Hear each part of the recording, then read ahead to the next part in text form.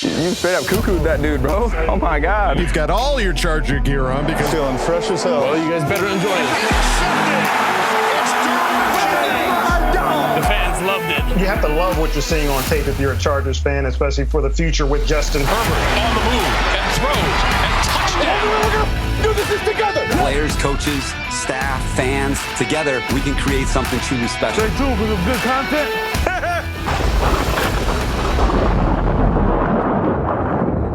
Well, hey there, folks. Welcome back to the Charge. Oh, there you go. Let it out. Welcome back to the Charger Chat. I'm your co-host, Wolldog Sim, with my buddy, Kev Huggin Duggan.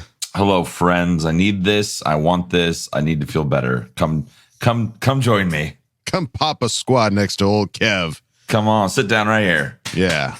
And let's not forget Kyle, the coach, Duggan. I don't know, boys. I feel like the shamelessly positive thing is going to be real hard. Oh, come on. We can do this. No, I may be the one square that's not, and you guys are just like the whole episode are working to get me back over. That's fine. Oh, I'll try my best. Hey, I'm to the point where I'm like, is it better to be positive? Is it really better? Is it more fun? Or should I see what the dark side's like? Hey, Don't go to the dark. don't go to the dark side. Anakin Come on. moment right now. Don't do it. I may go full Darth here in a couple games. If we This is going to be that iconic moment from the Epic in Miami. Instead of two guys carrying, the one big guy, it's going to be me in the middle holding you two up, going like, come on, now, guys. Come on. We're just going to do this. Dragging Kyle by the feet as he's just like laying down on the ground. I'll be the Kellen Winslow of the Epic in Miami for sure. Just like And I need to apologize ahead of time. And sweating and I'm in a hotel and I have a really squeaky chair, so I'm going to try not to move. I apologize. God, for those listening, I'm sorry. Sorry. All right, gang. Well, we've got lots to talk about here. We've got the game, obviously, to look at. We've got one that will surely lift our spirits. The Brisket Abroad segment is making its return now that we've got away games that the Broads are going to. And I thought last week's Ask Boltfam was going to be hefty, but good Lord. Wow. Everybody and their mother came to ask a question and Ask Boltfam. So let's waste no time. Yeah, look alive. Splash some water on your face. Let's get to it. Let's go, baby. This is from the rbsdm.com, a surely reputable website. After 2 games, the Chargers are 3rd in the NFL in offensive EPA/play and 32nd in defensive EPA/play.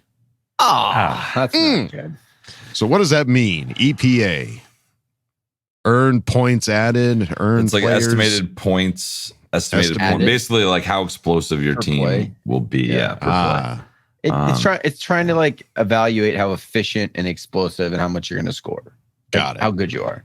And our offense, but our offense is rad, 3rd in this chart. But it was the weirdest thing in this game because like the defense, they had moments where we got 5 sacks or something. It was crazy. Yeah. We were all over the place. How did we lose that game? I'm still trying to figure it out.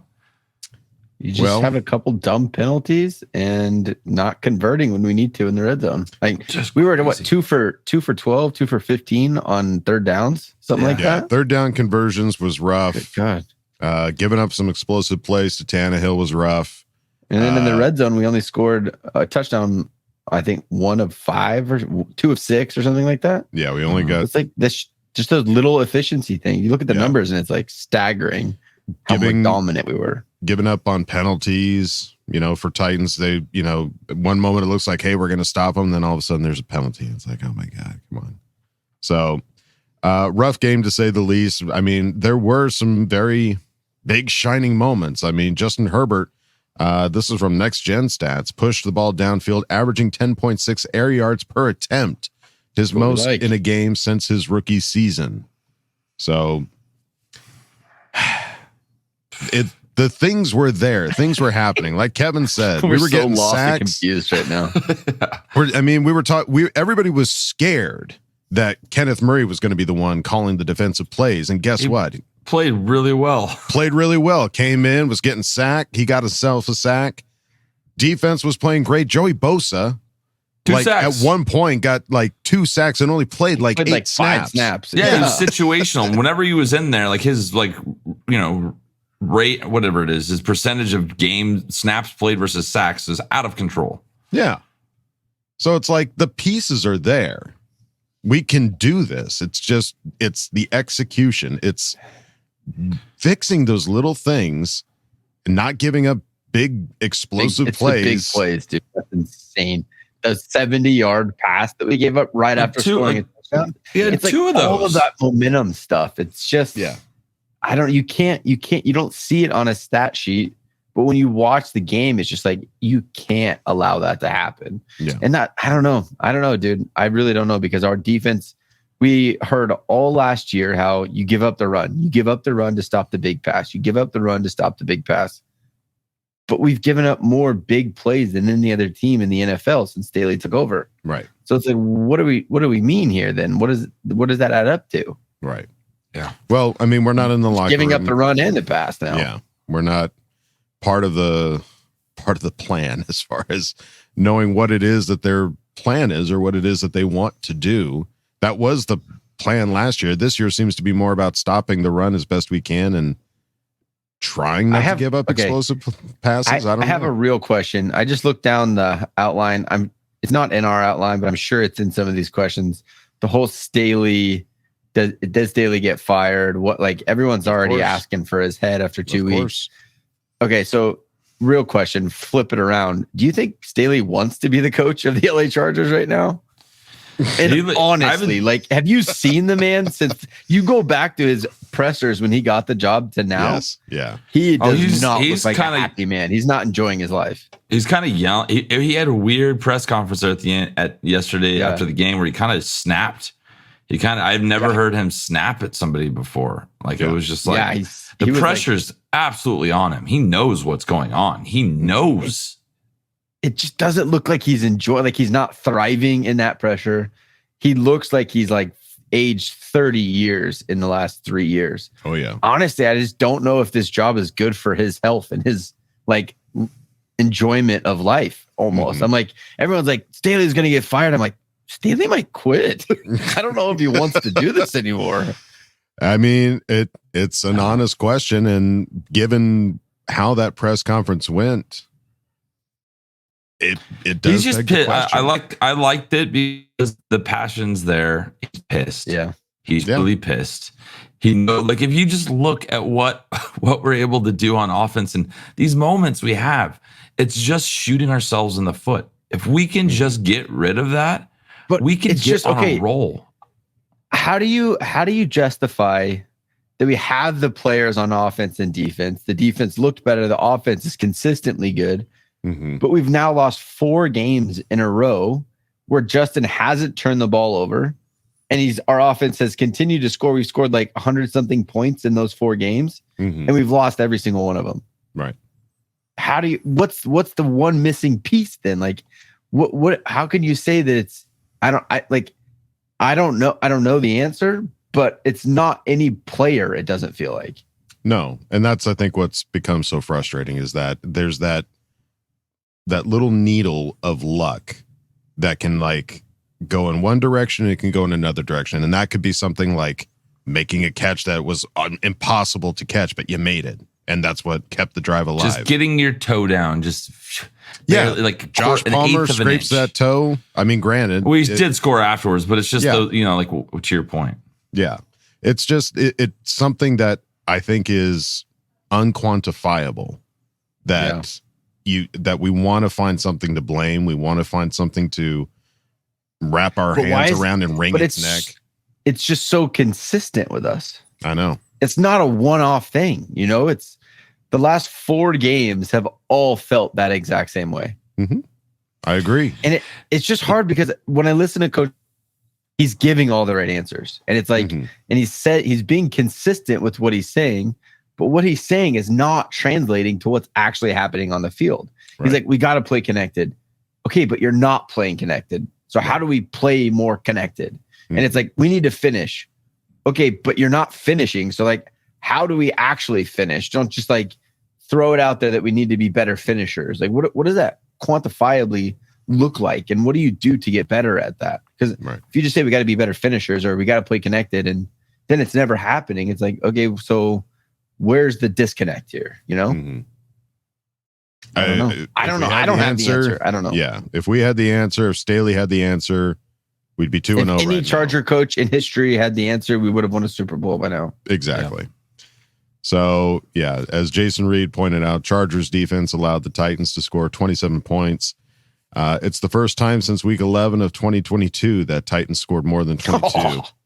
In that time, the Titans averaged 15 points a game. It was just like we had them against the ropes, and those two big passes happened. ASJ Zont got burned. It got caught.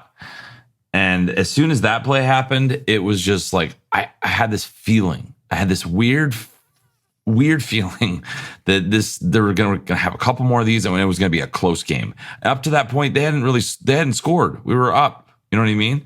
So we were up a good amount. I don't know. It was kind of shocking how that. And it feels like when these bad things happen, we don't recover quick enough. It's like they come in bunches. Mm-hmm. So I think if they can find a way to minimize these all happening in a cluster, I think we'll be in better shape, because we lost the momentum big time in that third quarter. Every time we made a big play, they took it right back. Yeah. So if they can figure that out, I'm not giving up. Am I worried? Am I bummed that this happened again? 100%. But we still have 15 games. And you can look at the 9% of teams that start 0-2 make the playoffs. Okay, 9%. Sure. That's a good number. Whatever. Like, let's just play. So you're saying there's a chance. I am saying there's a chance. And I think if we can get on a roll, once we get one, I just feel like get one under your belt. We've lost 4 in a row now. But dude, that's what I'm saying. One under your belt, the confidence is going to change. Yeah. Something's going to happen. So we just need to beat these Vikings. Just go beat the Vikings, who are also 0-2 and desperate. So this is going to be a good game. This upcoming one. Agreed. Yeah, I mean, that's the thing, is there's a lot of positives. That's the thing, is like week 1, I get it. Defense was not looking good, and it was just rough. It was just like, man, I don't know. But this week it was like, okay. Dude, we held Derrick Henry to 80 yards on 25 carries. Holding Derrick Henry back. 5 sacks. That's JC Jackson didn't do any boneheaded moves. So it's just like, okay, we're getting better. We're finding our groove. It just wasn't enough. It wasn't enough for that particular game. But that doesn't mean that they can't get better as the season goes on. They got better between weeks. Mm-hmm. And honestly, like with the bye week coming as early as it is, that might be a blessing in disguise. I think we were like we were kind of going like, oh, that's a little early. Oh, we're going to be like in stride. We're going to be winning games. Yeah. And now it's just like, boy, I can't get here quick enough. Let's crawl to the week. Yeah, crawl to the bye week. So, there were a lot of positives that came with the game. We will say we're not on the fire Brandon Staley train, correct? No, not yet. No. Okay. No. Justin Herbert threw for over 300 yards, had 2 touchdowns, both of those going to Mr. Keenan Allen. He had a great game. Keenan had a fantastic great day. game. Yeah, Keenan caught for over 100 with 2 touchdowns, 8 for 10. Love that. Joshua Kelly, running game. Not really. Obviously didn't do as good as without Eckler. I mean, it was okay, but nothing to write home about, that's for sure. They definitely didn't have the volume. This was a passing game for sure. This was not what they had dialed up for the Dolphins. No. It's a very different front seven than what we saw with the Dolphins, and different defense. Vic Fangio runs the same thing as us, so you should be able to run the ball. Yeah.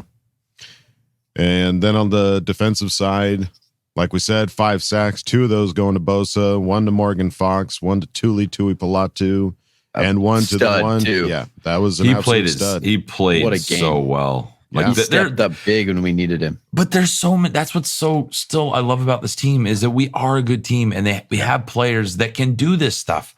We got to put it together. It's gonna happen. Win. It doesn't just win matter. one game. I don't care how you win. Yeah. Bite some kneecaps. I don't care what it takes. Just win this Vikings game, and then let's see what happens. Yeah, agreed. Yeah, there's a lot of positives to take away from this game. It went to overtime. That's the thing that was just like, it felt like. Thank you, Cameron. Yeah, there's just part of me though that's like that game shouldn't have been close. I feel like we should have stomped on that team.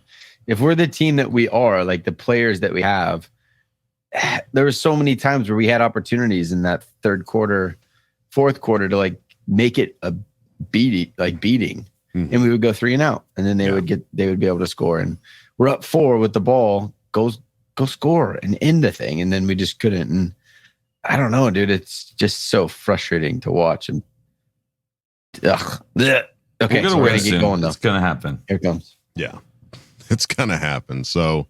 What else can happen, folks, is you can go on over to our Patreon, patreon.com/ChargerChat. Check out all the funny videos we got over there. We just posted our hot ones, our spicy video where we set our mouths on fire. How you feeling? You guys, you're all recovered? No lasting. Well, gave me the worst lasting effects. I feel like that hurt me more than that. You were like chugging it. You grabbed that pepper. I was like, I'm gonna get ahead of this. Glug, glug, glug, glug, glug. Yeah. Well, you talked it up all week. I was terrified. And Perhaps you should have followed the directions for how much you should have taken. We're really get ahead of this. Those are guidelines. Yeah. Guidelines. Suggestions. Instructions. What do they mean?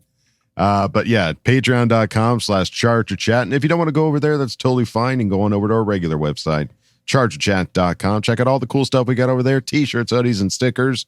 You can chat it up with other Charger Chatteteers in the member section and ask questions and Ask Boltfam. So go check out ChargerChat.com. If you ever thought, why the heck is my wireless bill so dang high? Then let me tell you about Mint Mobile, who we're partnering with for today's episode. You might already know Mint Mobile if you've seen those funny ads from Ryan Reynolds, who's also an owner, but let me quickly tell you about how awesome their service is. Mint Mobile offers premium wireless for as low as $15 a month, and you don't have to sacrifice any coverage, speed, or data. They're built on the nation's largest 5G network. They keep costs low because they sell direct to you online. They cut out all the retail stores and the salespeople and things like that. Why should you pay more than you have to for access to the same network? It's a good question. Click the link in the description or scan the QR code if you're interested in the best value in wireless. All Mint Mobile plans include unlimited nationwide talk and text, plus lightning fast 5G and free mobile hotspot. Mint also offers a modern family plan that lets you set up a super affordable family plan with as little as 2 lines. Now, I've used Mint Mobile, and I gotta say, everything that they've talked about as far as switching over being extremely easy is 100% true. It was a super easy process, and then once I was switched over, I honestly didn't notice a difference in my performance. You know, all the apps that I typically used, like Twitter and YouTube and things like that, ran exactly the same as they normally did on my previous carrier. Like I said, switching to Mint is super easy. Thanks to their digital eSIM cards, you can sign up and activate immediately right on your phone from the comfort of your own home. And if your phone isn't eSIM compatible, that's totally fine. Mint Mobile will ship you a new SIM card for free. It only takes about 15 minutes to switch, and Mint Mobile has great customer service if you need help. And right now, as a special limited time offer, you can get their unlimited plan, which is normally $30 a month, for just $15 a month. That's a 50% savings off their already super low price. It only takes 15 minutes to pay as low as $15 a month for your phone plan. It really is that simple. Use our link mintmobile.com/ChargerChat to get started, or click the link down in the description or scan our QR code. It really helps out the channel. And if you've already made the switch to Mint Mobile, let us know down in the comments. We'd love to hear about your experience with them.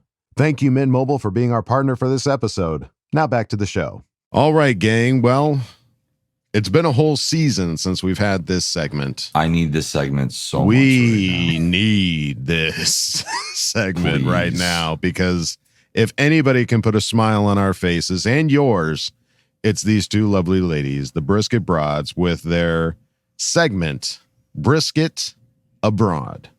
1, 2, 1, 2, 3. Well, there's no place they wouldn't try to hang out with Justin and his squad. Get ready to hear their positive thoughts. It's time for Brisket Abroad.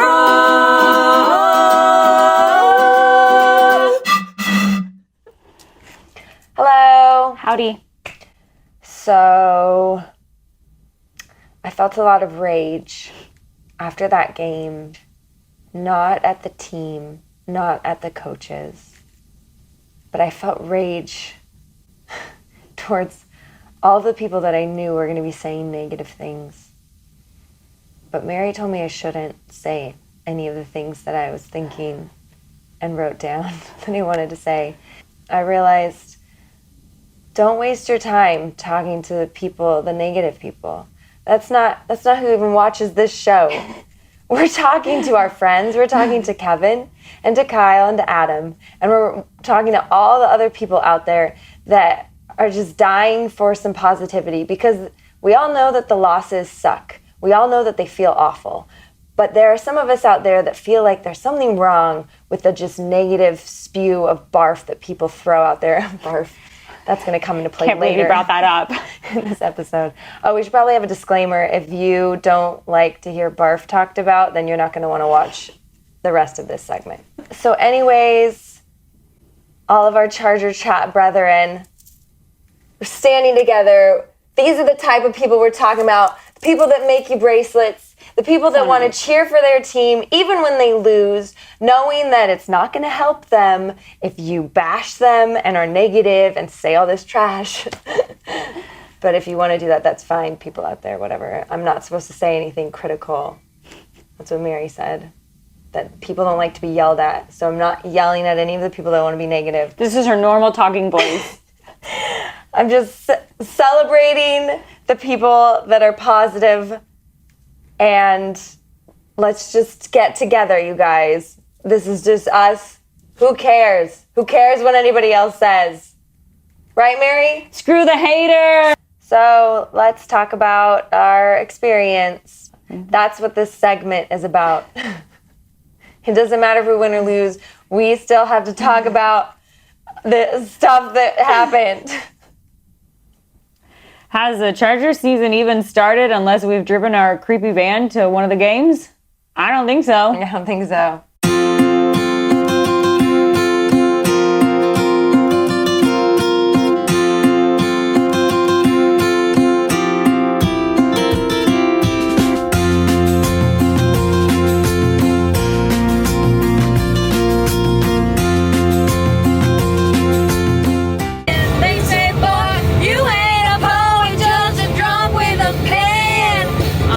What a nice place. Mary mostly drove because I had my jobs to do, which was to make the signs.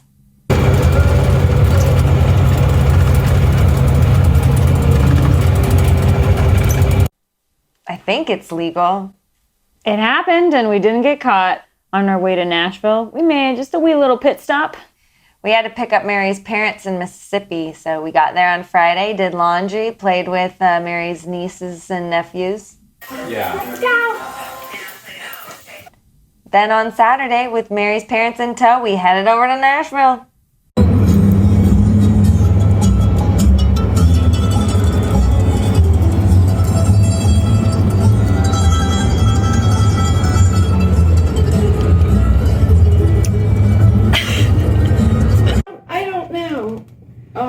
There's a stadium over there. Oh my gosh, it's it. It looks so close. Yeah. That's it. Yeah. Oh, we should probably walk. On Saturday, we tried to go to the meet and greet. We didn't even make it upstairs. Well, we tried to go upstairs, but there were too many people.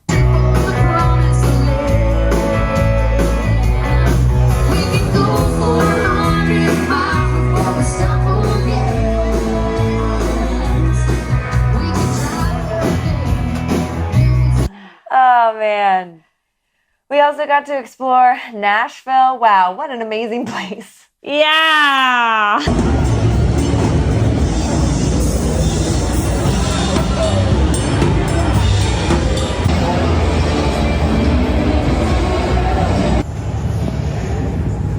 That's exactly what we needed.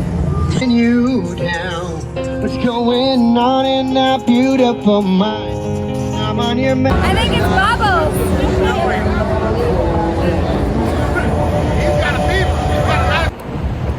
I'm 6 feet tall.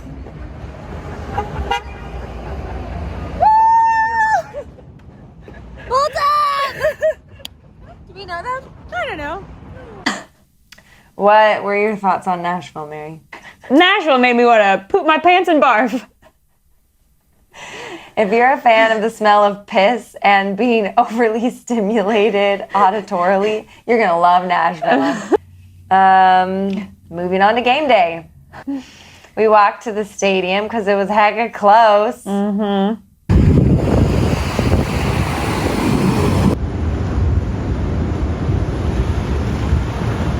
Holy exploding shark, Batman! Is that a sculpture of Justin because he's an angel? We had to cross a cool bridge. But it unfortunately was uphill. I didn't know we'd have to climb a mountain to get there. Both ways. Mary was not a fan. At the top of that big hill was that big stadium.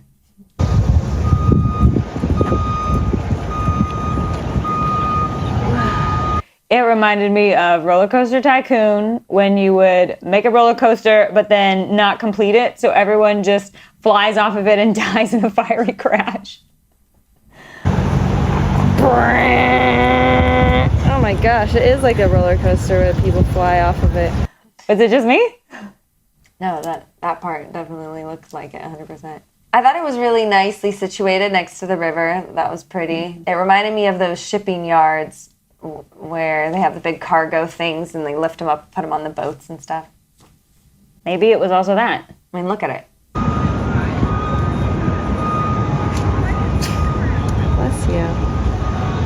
That's literally what it looks like.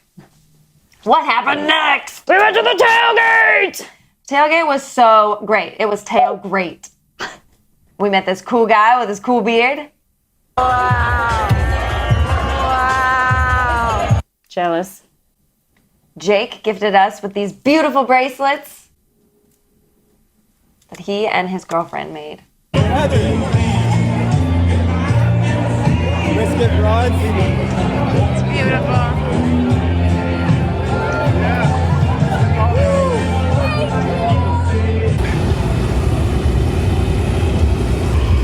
It's so nice! It's nice.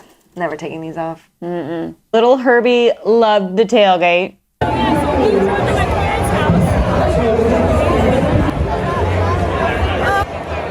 Beautiful! A kiss for Herbie! I won't kiss him, but... He'll kiss you! He did. And the tailgate loved Little Herbie. Our tailgating was unfortunately cut short because Mary had something really important to do.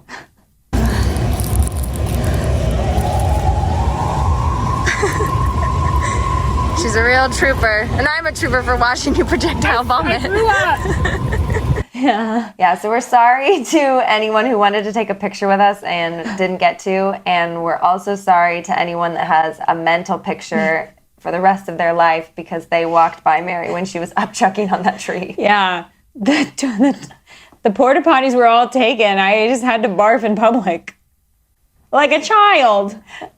Luckily, I got there partway through, so I was able to shield her with the only 10 IC sign.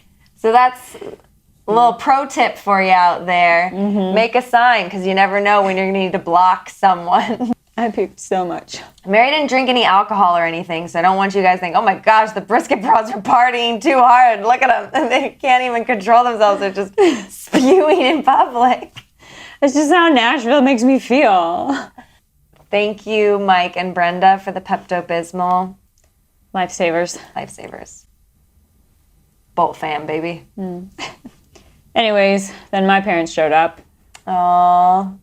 Have you met Mary's parents before? No, never. You got to. They're great. They're great. You're the proud father of the broad. Hi, Mom and Dad. I threw up. You threw up? I did. Then we went inside.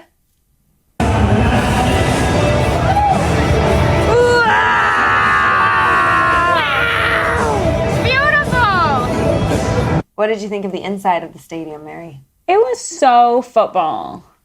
It was great. It was like no frills, no bells and whistles. It's just like, hey, we're all here to watch football. Like, it felt very like college football. Like, I didn't even feel like I was in an NFL game. It felt like, I'm like, hey. No. Our friends Henry and Gary were there, and they had front row seats, but Henry has a wheelchair, and it was too hard to get down there. So this is our plea to the stadiums out there. Make it wheelchair accessible, dude. Yeah. Not cool. It's so sad. But Gary was like, hey, did you guys want to go down there? You know, did you want our seats? I mean, they were like full on, like you could have our seats, but then we're like, we should sit with Mary's parents. But before the game started, we did go down there, and then we were able to get Henry's Mike Williams jersey signed for him. Thanks, Mike. This is for Henry. Thank you, Mike. You the best. We got it. Way to go, Mike. You saved the day. Yeah. Thank you, Mike Williams. I'm glad that happened at least. Mm-hmm. But I would have rather that Henry and Gary got to sit front row because they paid for seats in the front row. Yeah. Sad. Other notable moments of the day. We had a double Joey moment.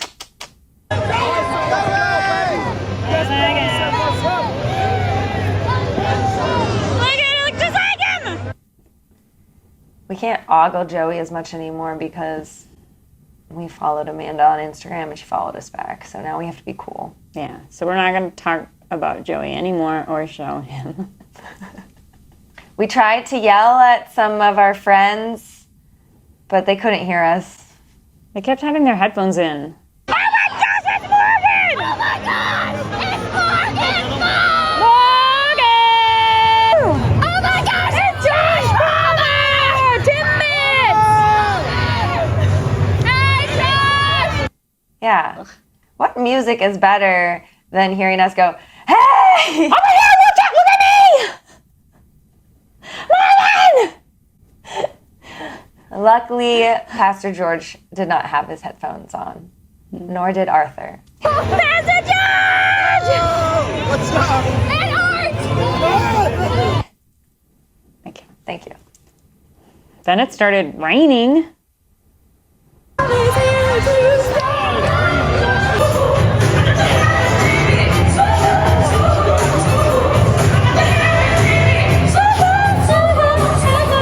What the F?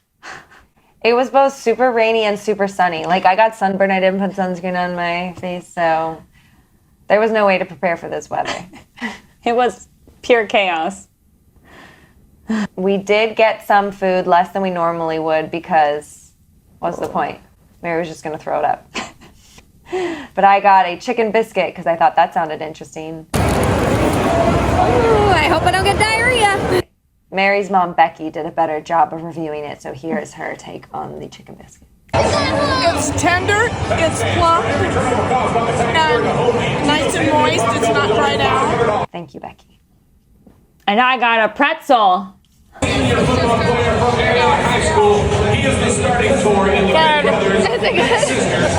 That's what sounded good to me.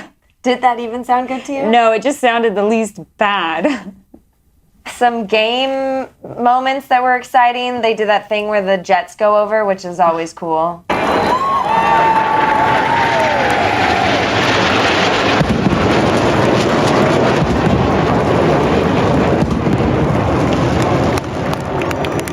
It's so football. Real jets. We don't need to talk too much about the game because nobody wants to hear about a game that you lost. The most important thing to remember from this game was the 2-point conversion to Trey Pipkins, the third.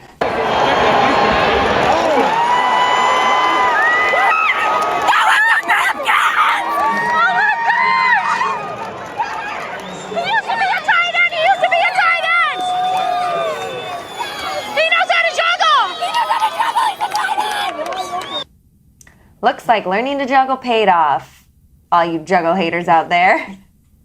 So where'd you learn to juggle? So when I was playing, I used to play tight end. Uh-huh. And my dad was like coached me up when I was a kid, and he was trying to work on my hand-eye coordination, I guess. And so he wanted me to. There you go. And it looks like the Titans defensive coaches should have done their homework.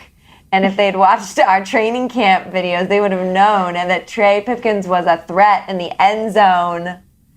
So we lost. We had to do a sad walk of shame in the rain. Yeah, if you thought that you were sad sitting at home, just know you could have been sad walking in the rain with your signs getting wet and your brisket bonnet flopping down.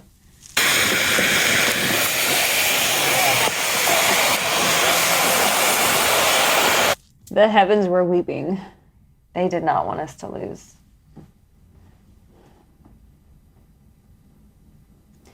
But hey, shout out to the Titans fans. They were not horrible. No one rubbed it in our face that we lost. Yeah, I really appreciate that because it shows that it is possible. You don't have to be an a-hole when you win. You can win gracefully and kindly. So let's be that way as well. Thank you, Titans fans. We'll see you next week in Minnesota. Yeah. Kevin, Kyle, and Adam, to all of our friends out there, stand strong. Together we will win every game from here on out. And let's just be in our little huddle and forget everyone else, okay? Let's just love the Chargers together and ignore everyone who doesn't. That sounds good, right? That's heaven. That is heaven. I have to go have diarrhea again. Brisket Broads. I'm going to put that in. That's fine. I love that. What a trooper, dude. Throwing up, being sick the whole time. And still mental going to the image. Puke and rally. You did it. Rally. The ultimate in puke and rally. Yeah. Wow. Getting Mike Williams jersey signed. Oh, when he zoom up and he's like, yeah. That was so great. That's awesome. Oh, that was so much fun. Yeah, that really made me happy. Thank you guys for doing that. I look forward to it because I get to learn about all these stadiums and, you know, where not to go. Sounds where not to go. Yeah, stadium. Yeah. Yeah. Yeah. I guess nice fans though. That's good. Nice fans. I'm proud of you, Titans fans. Yeah. Thank you guys for not, acting like you've been there before. Yeah. Yeah. Darfins. Appreciate that. Darfins. Ladies, thank you. I can't wait now this is going to be awesome. Every road game now, I have something to look forward to, and you 100%. Do too, folks. If you love this, it's coming.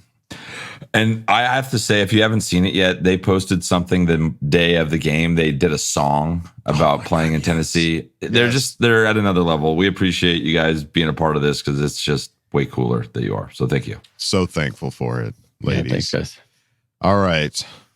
Well, folks, it's time for the next segment, Ask Boltfam, which will surely take up more than 75% of this episode. Let's just get to it.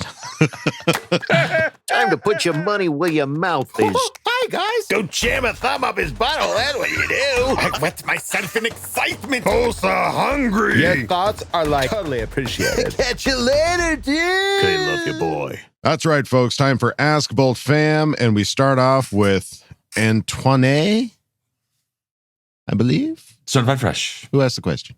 Is the season over? It's just begun. It's just begun. Games. It's we got There's so much football left. Again, the turnaround between week 1 and week 2, there's no reason why that can't progressively get better as the weeks go on. Honestly, dude, I feel like we get one win. We'll get our rhythm. These awesome players that we have. It's all downhill from there. Just get one, man. They just need that. We need that. They need that. And then let's just start stacking them. Everybody needs this. The world needs this. Yeah. Didn't the Bengals make the Super Bowl the year they started 0-2? So yes, they did. It's not over yet. Like let's hang tight, baby. Hang in there. Hang tight. Hang in there. Antoine, thank you for asking the question. Let's move it on now to Mr. Pekar. Nice. Who asked the question? Oof. So So, I know you know how I feel right now. But if you don't, imagine that you just got kicked in the schnitzel with a cheese grater. Oh, so yeah, it hurts. Since these losses are unhealthy, I went to my doctor, and my doctor prescribed a healthy dose of bolt the up. And he also told me to find one positive thing for every loss we have, and to daily to share those positivities with other Charger fans. Since we have 2 losses, since we have 2 losses, I will share my 2 positive things about this last game. One, my new favorite Charger, R.I.P. Horvath, Dicker's a 3-legged kick-out remained perfect for the second straight game, nailing his 10th kick right through the uprights. And 2, our offense has not had a single turnover in both games, which we have played 2 teams that are considered to have very capable defenses. I am happy with my boat's performance, and I am excited for when we all come together for the dubs. Just think offense, defense, special teams, and coaching all at once like a Rammstein mosh pit. It will be glorious, yeah? Would each of you please help us to cope with the 2 losses so far by sharing 2 positive things from this game? No cheating, Kyle, so, no copycats either. Both the up, FTRK loves you, bye. Du hast mich. That was good. That was a good one, sir. I love this. This is a great way to look at it. Try and find 2 positives. That's easy. Come on. Go ahead. You start, Bulldog. Trey Pipkins getting a 2-point conversion in the end zone. Come on. Pip dog, for sure. Who saw that coming? Wait, what was your guys' thoughts on, why did we go for 2 right there? I didn't understand that. I really was kind of lost. Yeah, starting fast and furious. Get out there. Yeah. No, I was shocked that we were doing it, but then when it worked, I was like, that was the best decision I've ever seen. When it works, it's awesome. That's great. I'm going to go with the 2 Joey sacks. Were so good to see him get sacks. Heck yeah. Yeah. My turn? Yes, sir. We're just going one at a time all the way around? Yeah, sure. Otherwise somebody's going to steal all of them. Yeah, I'll go with Keenan Allen having a big game. I think it was good to see our offense, our passing game. Week 1 felt a little bit off, it was hesitant, and the running game was so efficient that it wasn't really necessary. Mm-hmm. So it was nice just as a fan to be like, you know what, we still got Justin Herbert back there. We can still throw the rock around a little bit. And Keenan having 2 touchdowns, I don't know. I think it's big for him to have some productivity, being productive in the beginning of the season just to get morale up. Mm-hmm. Definitely.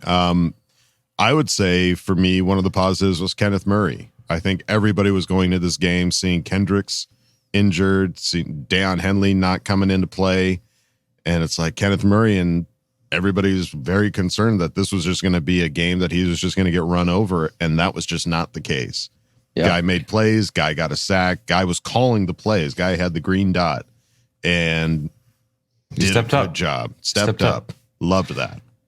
I love seeing Derwin in the box.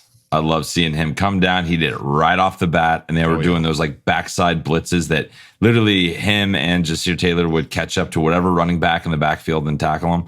I thought that worked really well. So those are my 2 favorite things. Nice. Yeah, my last one will be Thule. Thule's a stud. That guy is he's 21 years old, and he's already out there making big plays in the NFL. So I'm really excited about what we have with Thule. Excellent. All right, Mr. Peckard, there you go. Thank you for asking the question. Let's move it on now to Julio Shamelessly Optimist Camacho, who asked the question. Hello, bitches. It's me again. I can't believe I have to be back to stay shamelessly positive, but here we are. To all the negatrons out there in the Twitter hellscape saying staying positive does not mean that we don't feel the same pain and hurt as all of you. We just choose to see the positive aspects of the game instead of focusing and spewing negativity. Was my Sunday ruined after the game? Yes. Did it feel like I got kicked in the balls? Also, yes. Did my rock hard bolt go absolutely limp after we lost? Definitely. But I cannot wait until the Charger Chat pod because you guys are like, bolt up Viagra. Please be advised if you're bolting up for more than 4 hours to consult a doctor or whatever. Okay, now for some positivity.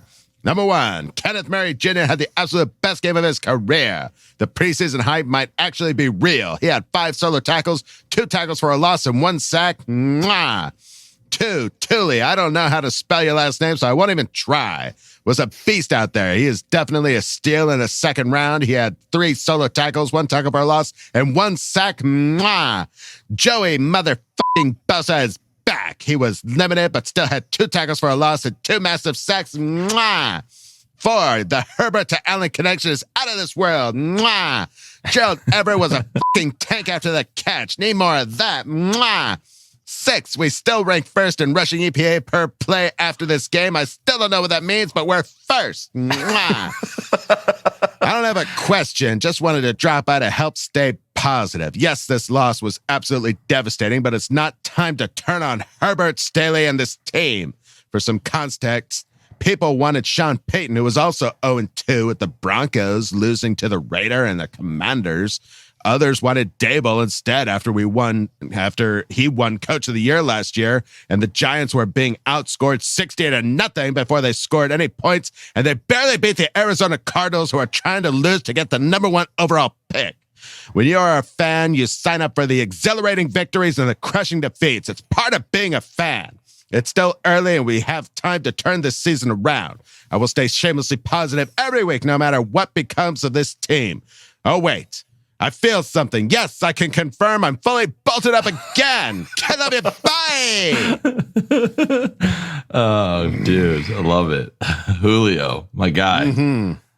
I loved all of this. Oh, so many chef's kiss moments. So many chef's kisses. Yeah. Yes. Yeah, the Gerald Everett, when he was fighting for extra yardage, was so awesome. Chugging his legs on the sideline. So awesome. Yeah. And that's the thing. It's like, we don't have control over this team. All we can do is be a fan, be supportive. I know. Well, submit your application, Kyle. Yeah, get in there. Yeah, get in there. Fight for a spot. Fight for LA. I don't want to deal with all the fans. People calling for your head every week. Every week, yeah. Yeah. What's Kyle Duggan doing over there anyway? I can barely handle it. I barely handle it with Pop Warner parents. So Fire coach. I can handle it in the NFL. Yeah.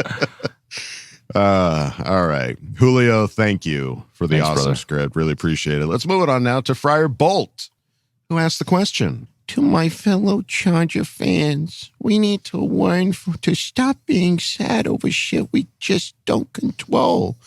Win, lose, or die, it's the Bolt till we die.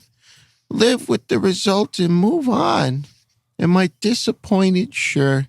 But you know what? I don't know how the next 15 games are about to go, and that is what makes the football season fun. Enjoy the ride through the ups and the downs. Keep the shameless positivity and bolt the up. Now on to my questions. What is one visiting stadium you like to go to and see a game at or wish that you could see? We will continue to bolt the up, okay? That's right. We're no with matter you. how bummed I am on a Sunday, I'm never gonna stop being a fan of the Chargers. Yeah. No, Tuesday morning, we're going to be ready to bolt up again. Extra hard. We are. Give me a Monday. Bolting up. Yeah. Look at right us. before your eyes. Game. I want to go to an international game. I want to go to Wembley because I think that would be freaking cool to go, or like the Germany one. I don't know what the stadium's like, but I know the soccer football over there. Those stadiums get out of control. Those fans are nuts. Yes. So it'd be kind of cool to experience that, I think. Yeah, I agree. I'd like to go to Mexico City. I think that would be really cool. Yeah. Because Europe would be cool and all that, but I don't know. I feel like going to Mexico City would be awesome to watch football. You talk about like rabid fans. That's a ball game down there. So, there's not like it's not like baseball. I feel like in baseball, there's Fenway Park, there's Wrigley Field. There's like these like iconic outside of, I don't know, Green Bay. Is there really like a Soldier Field, but that's about to be gone, and I've heard it's kind of to go to. Yeah, there's not really a place that sticks out. No, I mean, really. I think we're kind of like, what's the word? Spoiled with SoFi.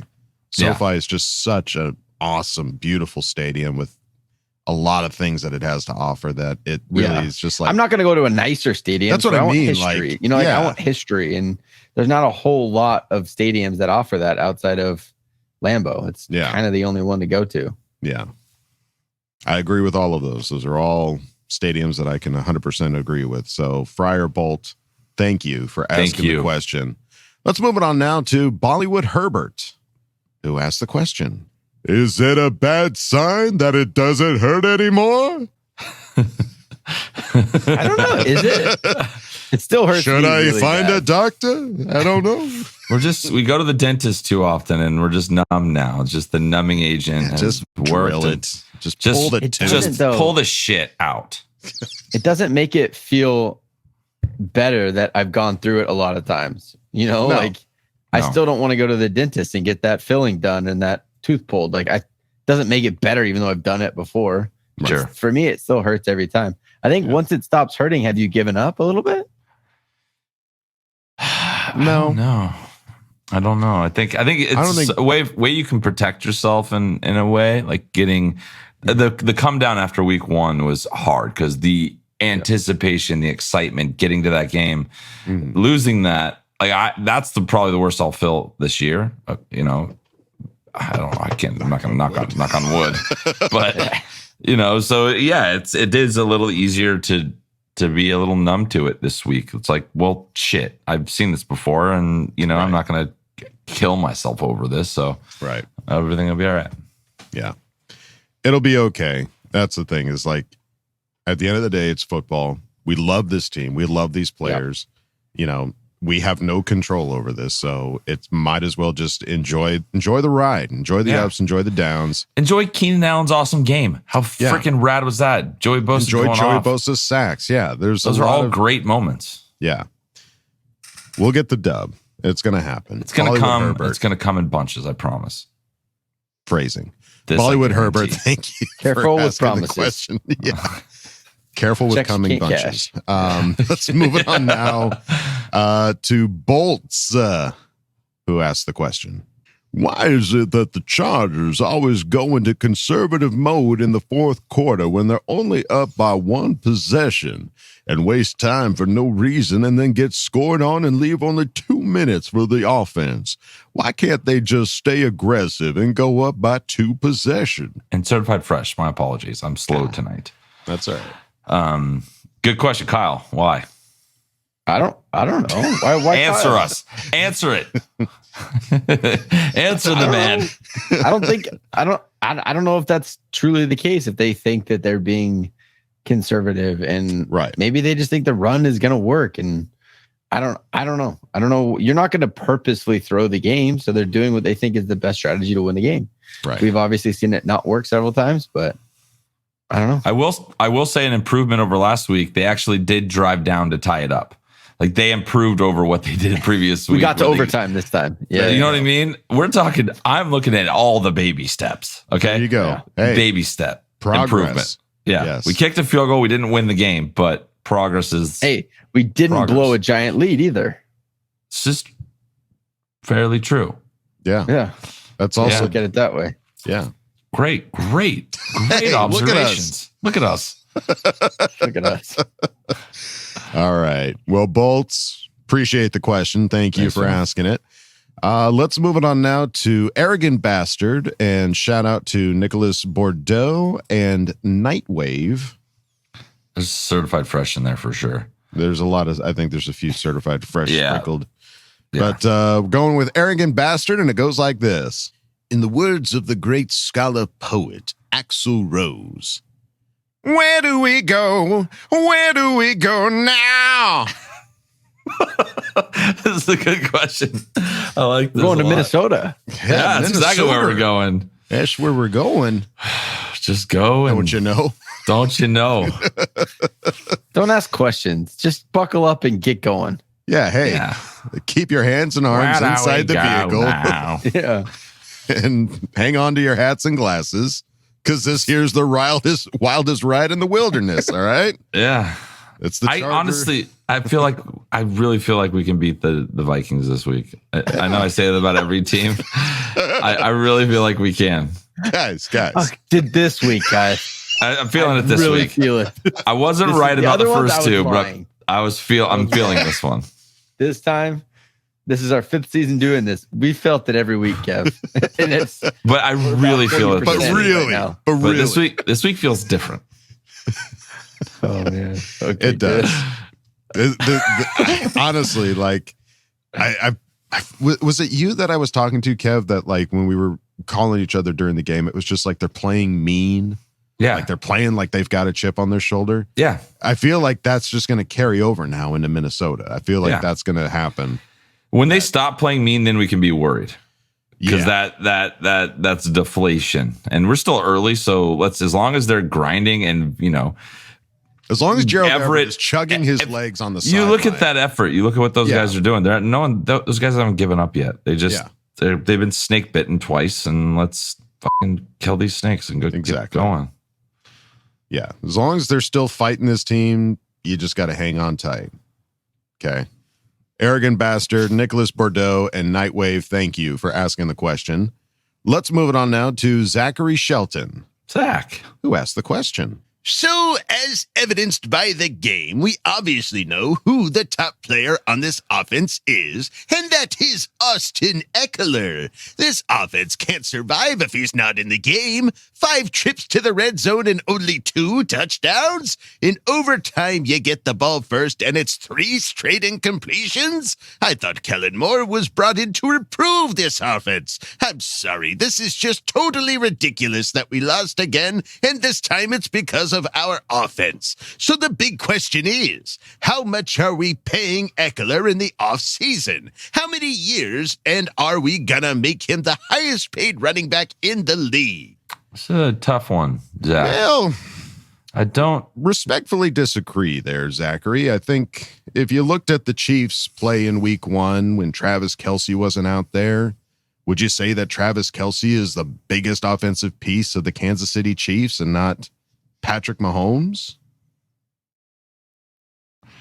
Travis Kelce was pretty. I mean, Travis Kelce is pretty necessary. It's just I was trying to agree with that, but I was like, yeah, they kind of won with Kelce in there and not with Mahomes in there. No, I just think that plug Eckler in there. I don't think that it radically changed. That's the whole point behind not paying the running back, is that what's happening around the running back is so much more important than the player itself. Austin is a stud, and I love him. But just tonight, watching football, Monday Night Football, I saw I saw Nick Chubb. I saw like 2 other running backs get like seriously injured tonight.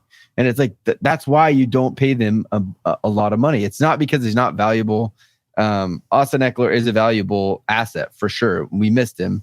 He's huge in the passing game and in the running game, but we're not going to make him the highest paid running back. We would have done that last year with restructuring with Herbert. We would have wanted to get him long-term to see what it looks like. So we're not going to be paying Eckler. He's going to go in somewhere else this offseason. But yeah, it sucks not having him, but I don't think if you plug him in, we automatically win that game. Right. I guess the point that I'm trying to make is if the shoe was on the other foot, if Travis Kelce was in that game and Kansas City was playing with their backup quarterback, would they have won that game? Or would you say that Travis Kelce was the most important part of that offense? I would say quarterback's always the most important player on the field. That's my point. But yeah. I hear it. Yeah, I hear you. Thank you, Kyle, for picking up with Justin Herbert. Justin Herbert, we made him the highest paid quarterback in the NFL for the moment for a because weekend. He is that important. Yeah.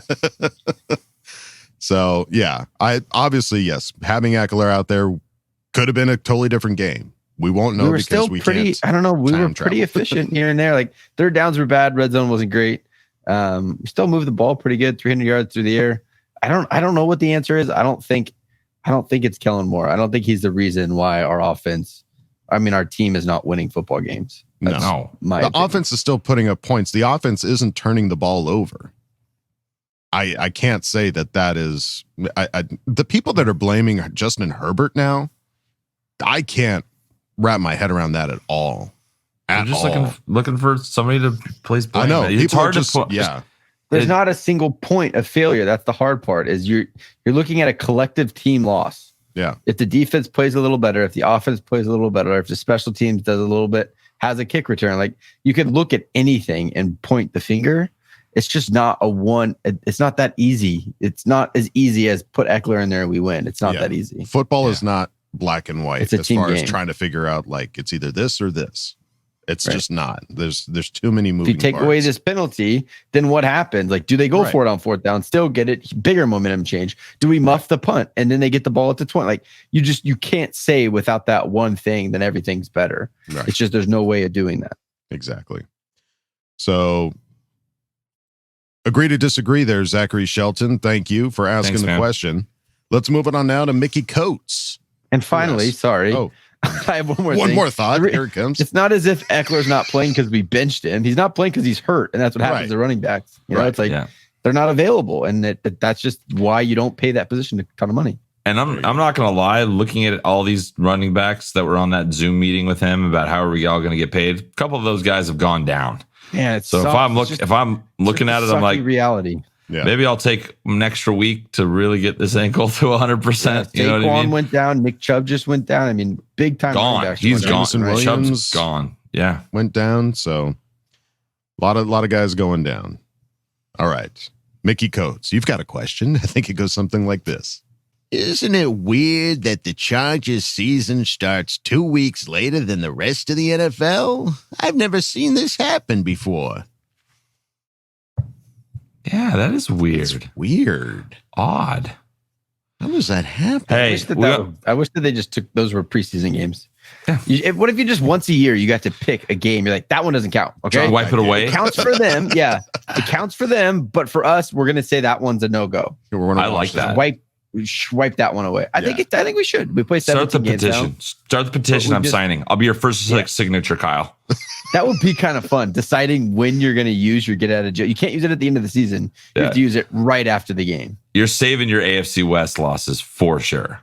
Oh, but then what if you don't get there because you didn't use it in a bad win week 10?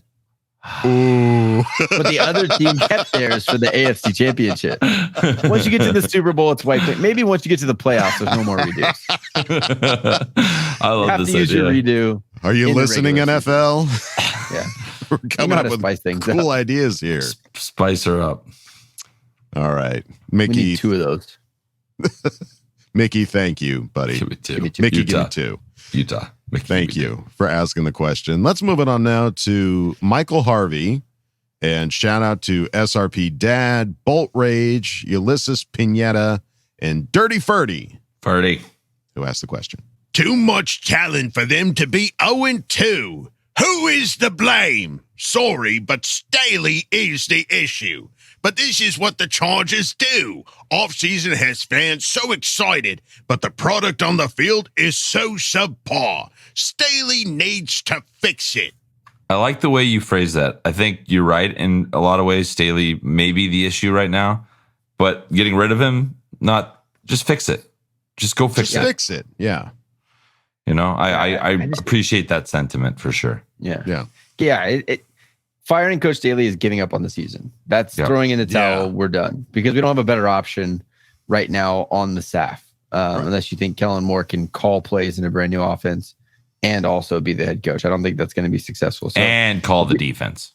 If you're willing to throw in the towel, then fire Coach Staley. Get on that bandwagon all you want.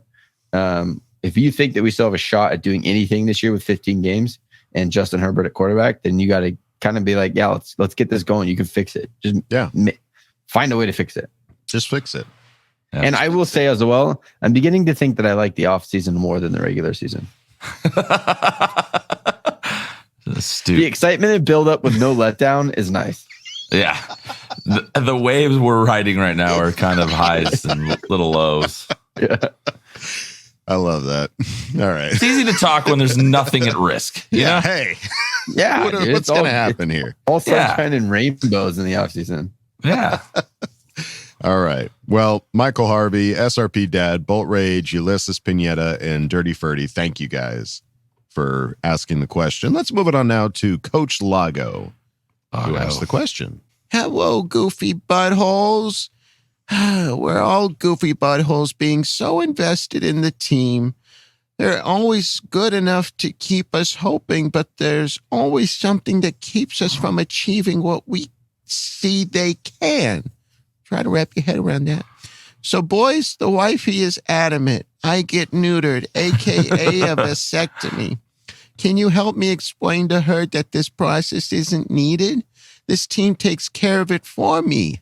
I get kicked in the nuts every Sunday. I digress, boys. How do we feel about the narrative that undisciplined play falls on coaching? I disagree. These are highly paid professional football players. Surely they know the rules of the game they are paid to play. The players need to hold themselves accountable, and they need to do it now. The whole season is still in front of our team, but dadgummit, it needs to happen now. Let's channel 2018 energy, Bolt fam. P.S. Kyle, I'm guessing you're due for the neutering too. K-love you, bye. A good old neutering. Yeah, let me know if you find a 2-for-1 deal out there. Let me know if you got a coupon in your back pocket. Yeah. Coach Lago. I like this point. Like, you want to place all the blame on coach, but man, was that roughing the passer really necessary, Sebastian? You know what I mean? Like, there's some of these things, like, you got to pull your head out, you got to pull your head out. Yeah. I mean, it makes sense that, like, yes, it all starts at the top when you pointing the blame at something. But honestly, like, even if I don't know what good feeling, what relief I would even find by pointing the blame at anything at this point. Like, it would not make me feel better. It would not make me feel like I've accomplished something. I've cracked the code. I've solved the case.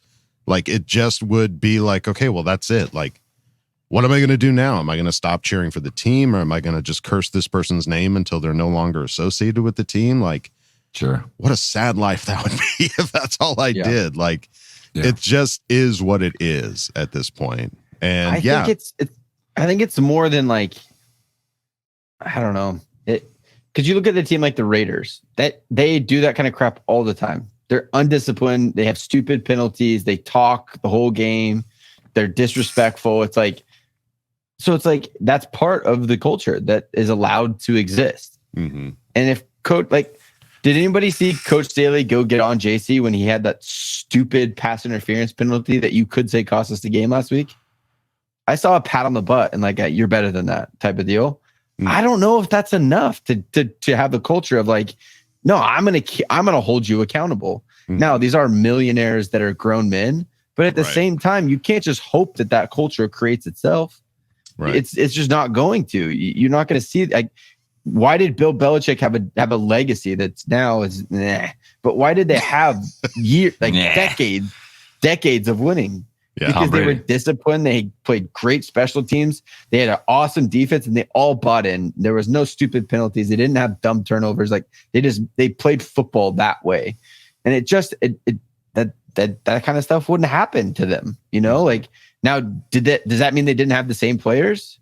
A lot of our players ended up playing for the Patriots. Junior Seau, Rodney Harrison. A lot of our guys went over there and they won Super Bowls. Mm-hmm. So I think some of it can be placed on the culture that you're creating, and maybe it's too lovey-dovey with let me get to know your mom and your dad and your wife and your kids, and it's not like I'm going to hold you accountable to what we have as expectation. I don't know. I'm not in there. I'm just saying maybe some of that is there. I don't know, because if you just blame the players for boneheaded moves, look around the NFL, they're not going to stop. Like, these guys are growing up doing stupid crap, making stupid plays consistently, college all the way through. Right.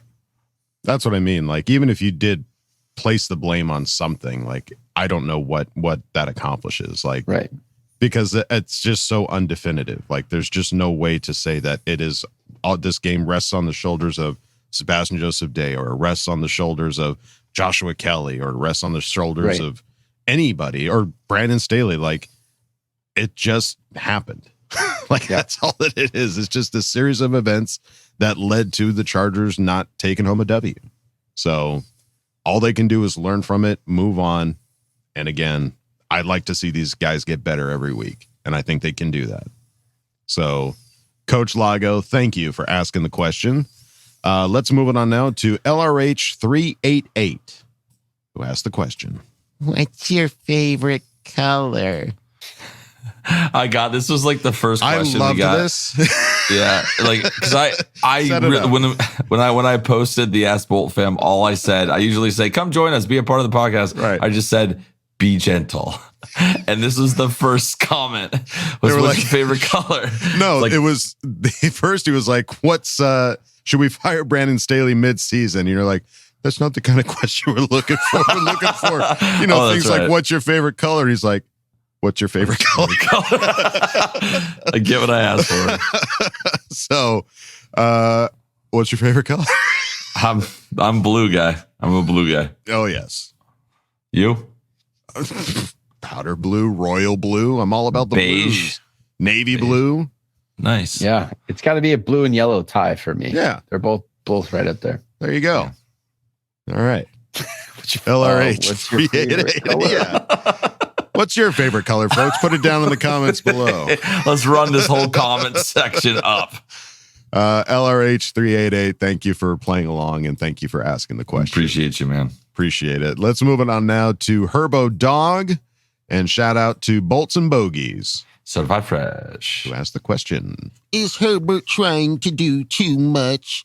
Seems he's got his head on a swivel during pre-snap and overthinking everything. He seems stressed before he even throws the ball. Should his dial back the checkouts and just try to relax? Watching him think at 200 miles per hour is stressing me out too. It's an interesting observation, but he had a couple checks that he did that resulted in huge plays the last couple weeks. Last week too. Yeah. So that Austin 7-yard run was because of that. So everyone's upset about the third down. He checked into it. It looked like he checked into a run on a 3rd and 4 at the end of the game. Everyone's upset about that one. But I don't know. I would rather our quarterback try to get us in the right play than just be up there snapping the ball and hoping that it all works out. Yeah.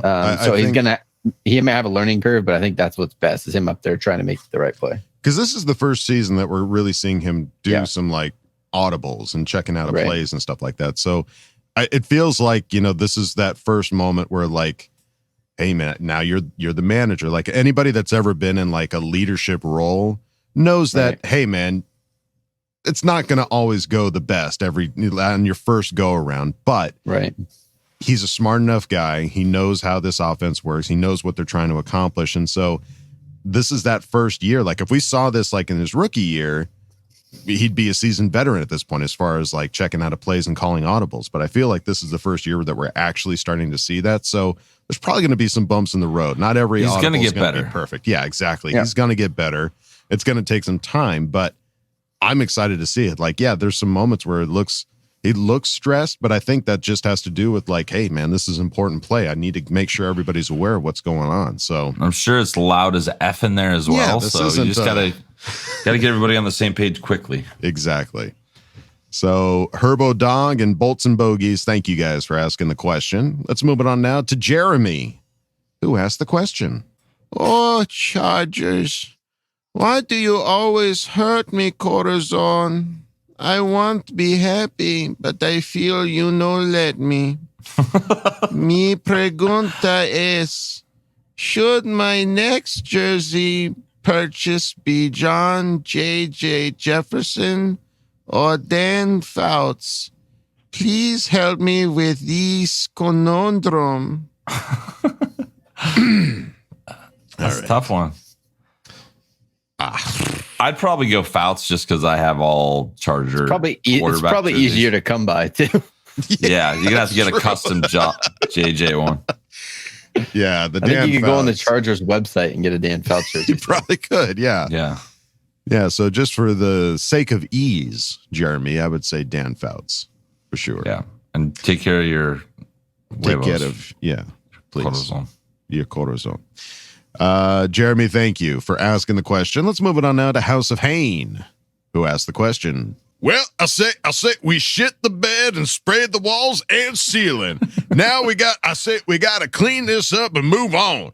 I really think that coach is getting, too crazy with his ideas of what a defense is. Maybe make it about half as complex and see how his talent can rise up. What say you?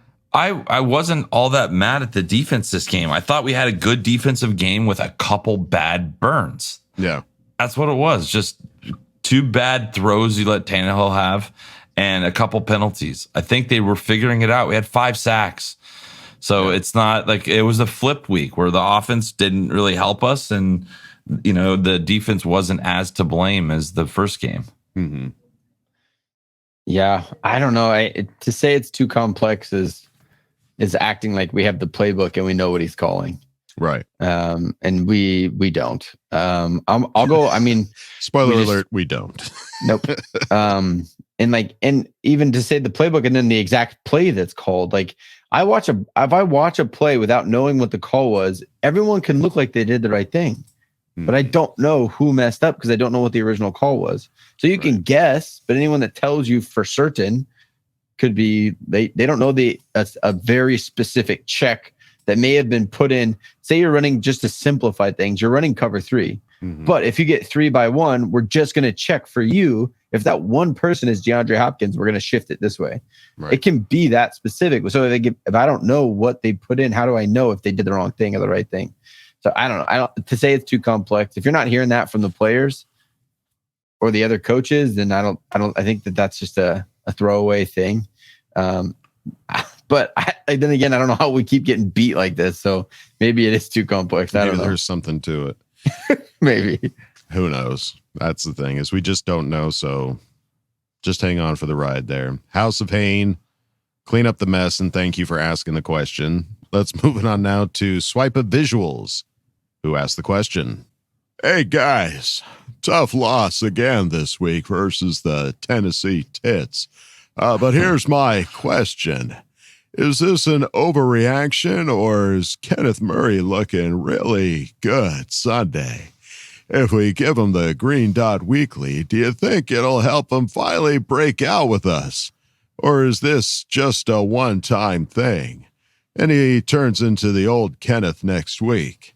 Either way, I think the green dot helps him because he can learn the play from the coach, not a player, and sometimes it doesn't help when you have 60,000 plus screaming at you.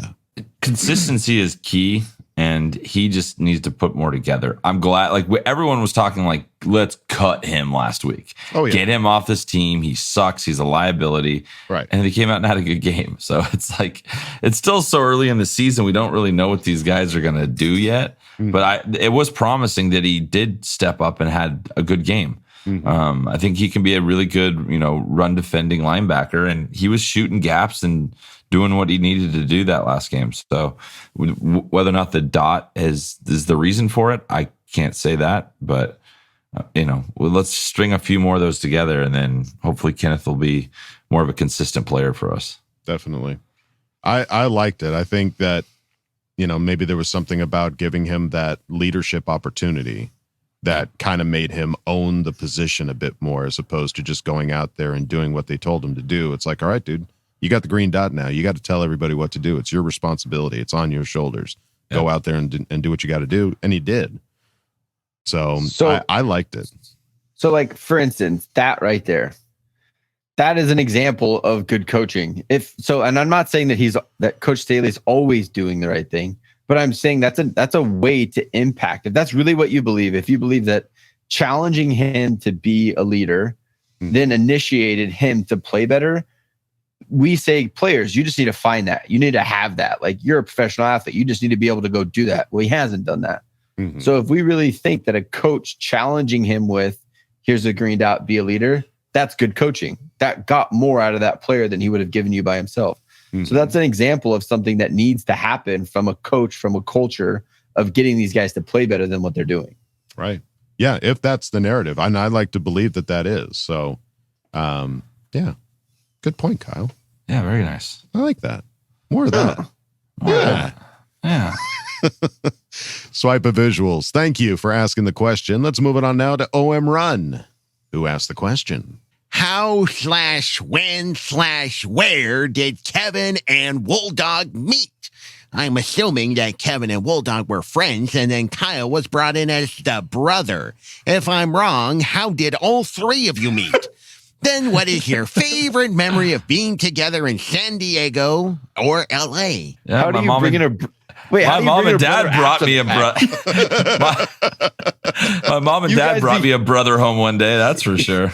You guys became friends, and then all of a sudden, I became your brother after the fact. Yeah, that's what I'm assuming. I'm assuming Kevin and Wolldog were friends, and then you just brought Kyle on later.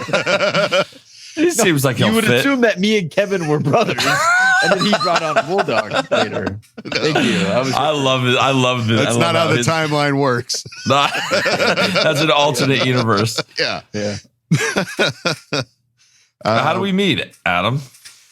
We met back in high school when we were in digital media. And in digital media, you shoot shorts, you shoot commercials, you shoot a bunch of stuff. And you're always looking for actors. Mm-hmm. And who's a big old ham bone that would love to be in front of the camera and do just about anything? This guy. So, yep. And I needed an actor, and we just did that so once. I was within arm's reach, and I said, yes. Hey, you. Hey, you want to do this? I'm like, yeah. Okay. That was pretty much it. And then we high school friends for the next 2-3 years, and then we went to college together. Yeah, that really solidified it. Like roommates forever. And it'd be tough to say that we would be as close as we are if we didn't go to college together as well and be roommates and all that stuff. Who's to say? That's an alternate universe. That's an alternate timeline. But for sure. In 1990, Kyle was born. My mom and dad brought him home. That was a great day. It was brought nice him having into the friendship pool. I had a sister at that point. Wasn't enough brothers in my immediate life, so I'm glad that happened because he's not bad. When you picked me, you were given. You got to pick Adam. Yep, I picked Adam upon you. I was handed you. I was a choice. Yeah. You're a choice. He's a burden. Yep. Let's call the whole thing off. That's not even true, but yeah, that's essentially it. No, and Kyle and I, we didn't really cross paths at all. Like, short of me coming over to like barbecue. I was 6 years younger. You guys were. I was a little middle schooler when you guys were. No, but even when you left, once Kevin and I were out in Hollywood, we started shooting the high school football videos, and so. Yeah, that's right. And that's when we started going up to Kyle played in Nevada. Yes. And we used to we'd drive up there and go see his games because they were like the best team in the country at one point. Mm-hmm. So that was fun. So, yeah. And then, this podcast. And then Adam became the best man, and then the rest is history. Never going to live that one down ever. Nope. You don't have to live it down. You made the decision, dude. Got to embrace it. Yeah. Hey, it's a choice. I just feel like Adam could have handled it a lot better being like best man part B. You're putting this on Adam right now? No, I'm just saying in hindsight, if we're talking alternate universes, it would have been a lot easier. Just be like, Adam, you just plan the bachelor party and make it awesome because Kyle's 15, but like, let's do this. I was married 1 year after you. I was not 15. You close enough. No, you were 19. Right here. You were 19. Kyle, you were right now. You were 19. I was still 1 year from being married. Yeah. All right. Well, there you go. There's a little old wounds. There's a little history for the Charge Chat. Thank you for asking the question there, OM Run. We appreciate it. Let's move it on now to Jacob McKinney, who asked the question. How did y'all feel about that 2-point conversion by Trey Pipkins? Kellen Moore is the best thing to ever happen to the Chargers. But anyways, what do y'all think Brandon Staley has to do to bounce back in week 3 against Minnesota? Trey Pipkins is the man. Just win, yeah. Just I mean, fix it. I don't think there's anything outside of what he's done except winning the game. The offense looked great both weeks. The defense got better. We had some spots that you need to work on, but you're going to have that in every single NFL game. It's not like we're going to play against the JV team. Right. There's always going to be things that's like, oh yeah, we could have done that better this week. I think we played good overall. No turnovers. We turned the other team over. It's just like, you just got to win. Bottom line, you just got to win in Minnesota. That's it. Yeah. All right. Fix it, says us. Jacob McKinney, thank you for asking the question. Let's move it on now to Devin by Early, who asked the question. I will keep my anger at bay for this question. The pain is too much to talk about right now, so for now I will ask this. What is your favorite place in the world that each of you have traveled to? Need to put my mind on vacation spots instead of football right now. But nonetheless, bolt up, I guess, and go Chargers. Bolt up, I guess. I guess, if that's what you want to do. All right. Favorite place in the world that we've traveled to? I'll go first. Yeah, if you got Kevin's a world traveler. Kevin been all over. My work takes me a lot of cool places. The coolest place I've been is Leuven, Belgium. It is like this super old town. It's a college town, but it's like nestled in this like really old kind of village area in Belgium. And it was just amazing beer. Everyone was super friendly, really cool. Just, yeah, they have this huge like outdoor patio where you just go sit out there and everyone's just talking with everyone. People ride bikes everywhere. It was like this weird kind of perfect place. So yeah, Leuven, Belgium. Leuven, Belgium. Nice. I like it. Unique answer. Yeah. Yeah. Didn't see that one coming. No.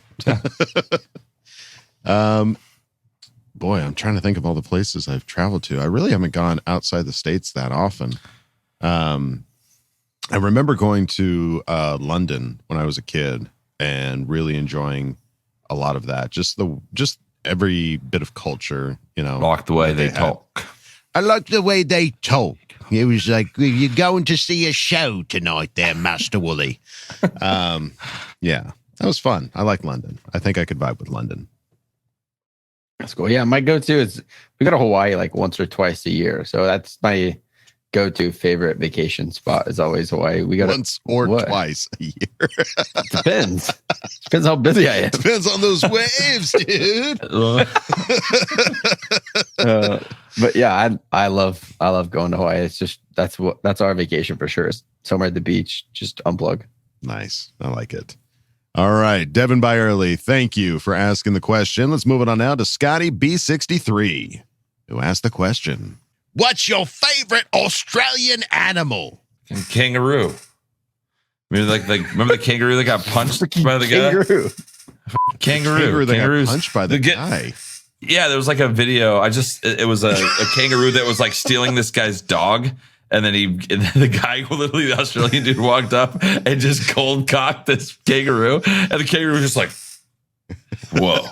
That was Kangaroos are terrifying. Oh, dude, they're jacked. So they're jacked. Like anytime they have their hands down, it's just like, oh, dude, muscle it's everywhere. All pecs. It always looks like their front. Like, you want to go? Yeah, big time. Yeah, they're flexing hard. Yeah, kangaroos are cool. Koalas are awesome. Nice and fluffy. Yeah, I was going to say guys. koala. They're sweet, sleepy guys. I like them. Yeah. Let's go for a dingo. Dingoes are fun. Dingo stole my baby. Yeah. Watch out for the dingoes. Yeah. There you go. Scotty B63, thank you for asking the question. I love just like palate. That's what I'm saying. That's like a nice piece of ginger in between some sushi, just like clean the palate. Love it. Let's move it on now to Sir Lord Hodges. Certified Fresh. Ask the question. What makes more sense? Staley hiring a new D coordinator and handing over play calling, or the front office hiring Harbaugh and trying to salvage this year? These two are both not my favorite things right now, but you go to the first one. You're not getting rid of coach. Coach Harbaugh is currently the coach at Michigan. He's you couldn't do that if you wanted unemployed. Yeah, he's working there. Right? He had a 3-game ban, so he hasn't been coaching the team for the last 3 games. But yeah, he's still employed by the University of Michigan. So there's a lot of rumors going around right now about Harbaugh, but that would be for next year. Yeah. Yeah. And we don't need to hire a new D coordinator. Derek Ansley is our D coordinator. So if you want to let him call the plays, yeah, sure. I mean, but he doesn't want to do that. It's pretty clear that unless his boss says you need to do it, he's not going to do that. Yeah.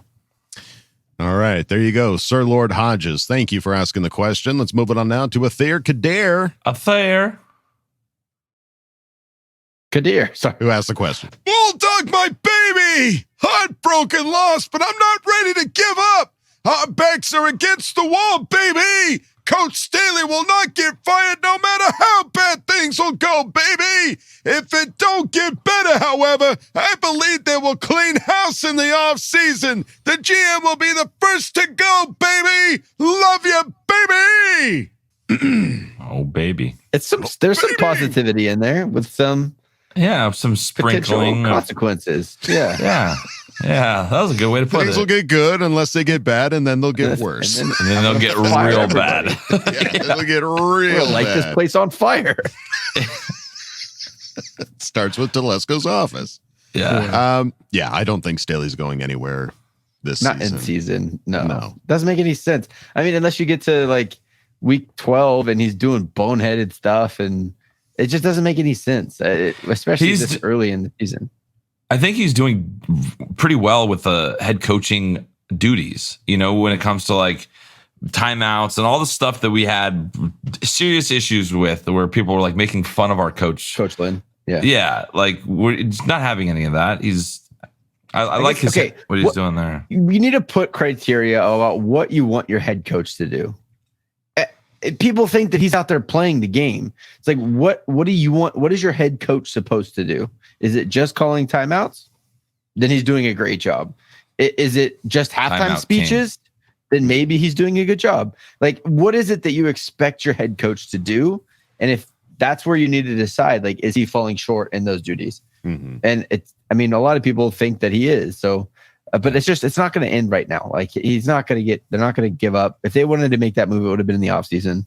Yeah. Regardless of the 2 losses that you take early, you throw in the towel for the whole season if you fire your coach right now. Yeah. So it's just not going to happen. Yeah. Agree. Athair Kadir, thank you for asking the question. Let's move it on now to Carl Bollingtoft. That's the question. How many times can you find new ways to lose before you accidentally suddenly start finding ways to win?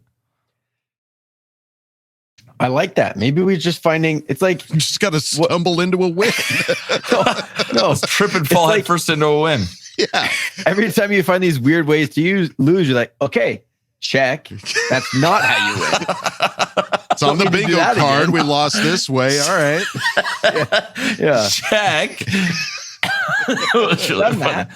Now we'll not do that again. Let's just not do that again. To the end of that list yet. Yeah. Maybe soon. We're almost done. We're almost to the bottom. We might be halfway through. Yeah. I don't know. We got to be more than half. We've done a lot of weird ways. We lost a lot of weird ways. Gotta be I can't think of many more. Gotta be more than half. Yeah. All right. Well, we might see an accidental win this Sunday there, Carl. But thank you. It's not accidental if we're just ticking off. Doing our due diligence. Yeah. It's due diligence. It's not Chargers are list guys. You know what I mean? We just got to get through the list before we can move on. Before we can finish strong. Yeah. Carl Bollingtoft, thank you for asking the question. Let's move it on now to Rebolted 2006. And shout out to Viper Bolt and OX or 0XJ Sizzle. That sounds certified fresh as hell. That's a lot. Yeah, it's certified fresh. Who asked the question? Fresh. Maybe the bye week early is a blessing. All I want to think about the time we started 1-3 and finished the season 11-5 and made it as far as the AFC Championship game, or the 4-8 season we finished 8-8 and won a playoff game. Got to keep the faith. The common denominator between Mike McCoy, Anthony Lynn, and now Staley is they are first-year head coaches with flashes. One strong season, then sputters out with no consistency. All in the worst way possible. Could poor roster management be the weakness to all these guys? You let experience walk every all season, and the guys you are replacing that with look lost / not developed and are not being put in key moments that they should be or not being used at all. What do you think? P.S. I'm happy about getting to meet Adam, Kevin, Kat, and to see the Brisket Broads again in Kansas City on October 22. Kyle, maybe one day I'll get to meet you as well. Not jumping ship and cheering on these bolts. Love the fans in this group that make me feel better every week. Can't love you, bye. Andrew, my guy. Aw, This is when you guys left me and you guys were walking around. You got to meet him? No, he's coming. He got tickets to go to the Chiefs game. You're going to meet him in Kansas City. Yeah. Oh, God. Yeah, I'm not coming. Yeah, I'm not going to be there. Yeah, maybe next time. No, I'm looking forward to it. It's going to be fun, dude. It's going to be super it'll fun. be a lot of fun. What do you think as far as the roster management?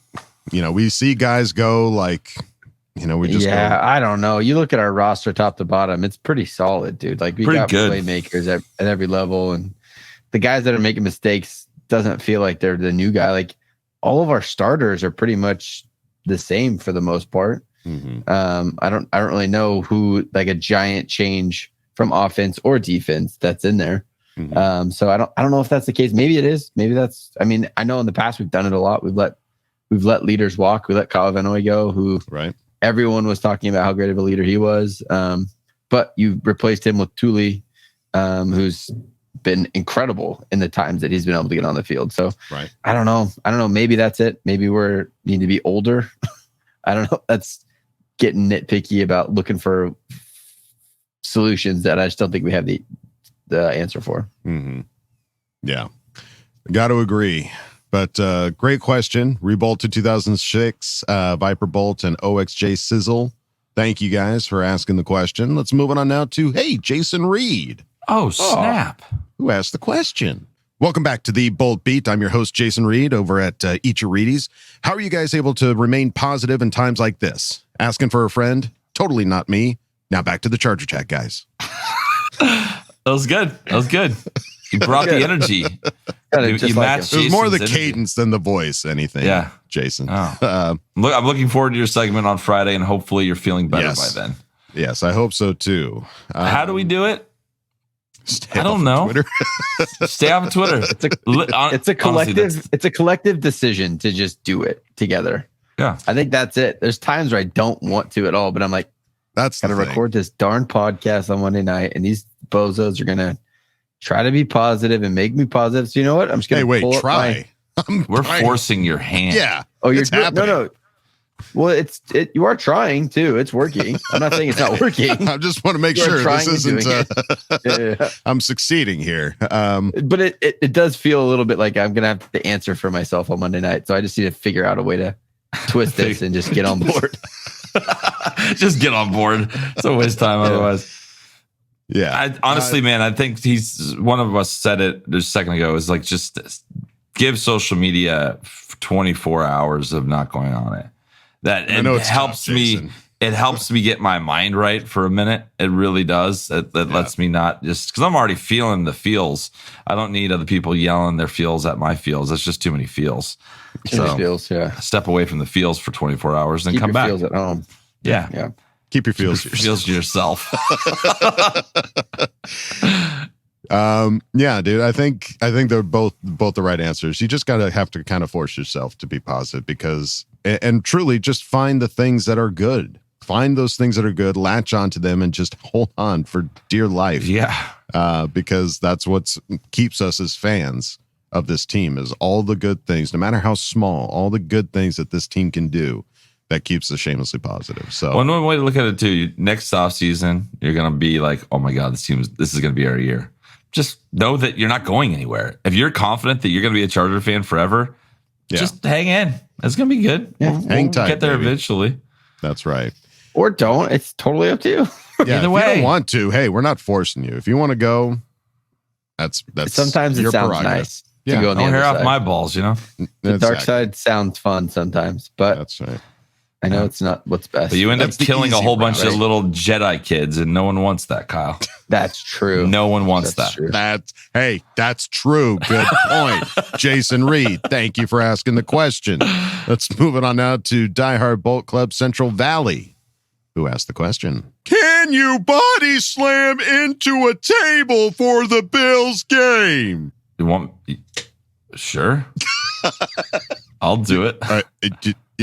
Me, Kib? The only thing I'm scared of, you see a couple of those Bills fail ones where like older gentlemen such as ourselves will go into one and like really miss the mark.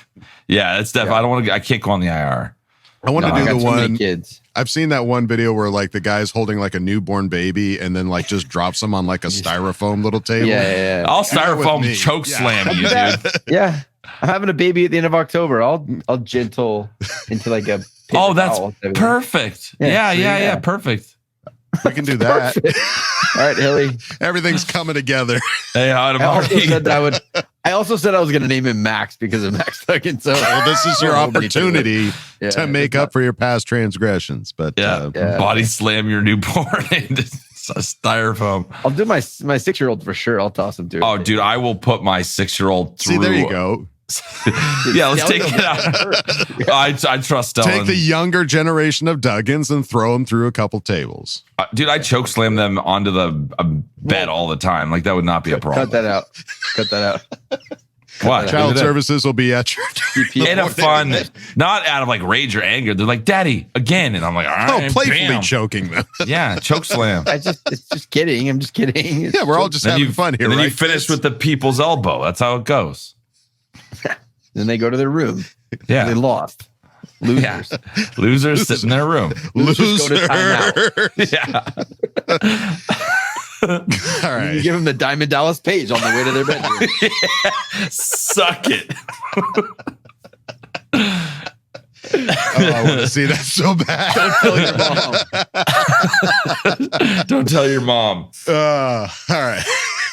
Tired Bolt Club Central Valley, thank you for asking the question. Let's move it on now to Fraser Hood, who asked the question. Heading over from Scotland for the Cowboys game on Monday Night Football. What recommendations do you have for game day? Looking forward to hitting up Thunder Alley. Certified fresh. Yes. From Scotland. Wow. Coming from Scotland, that's a journey, dude. That's awesome. I love that. That's insane. That's sick.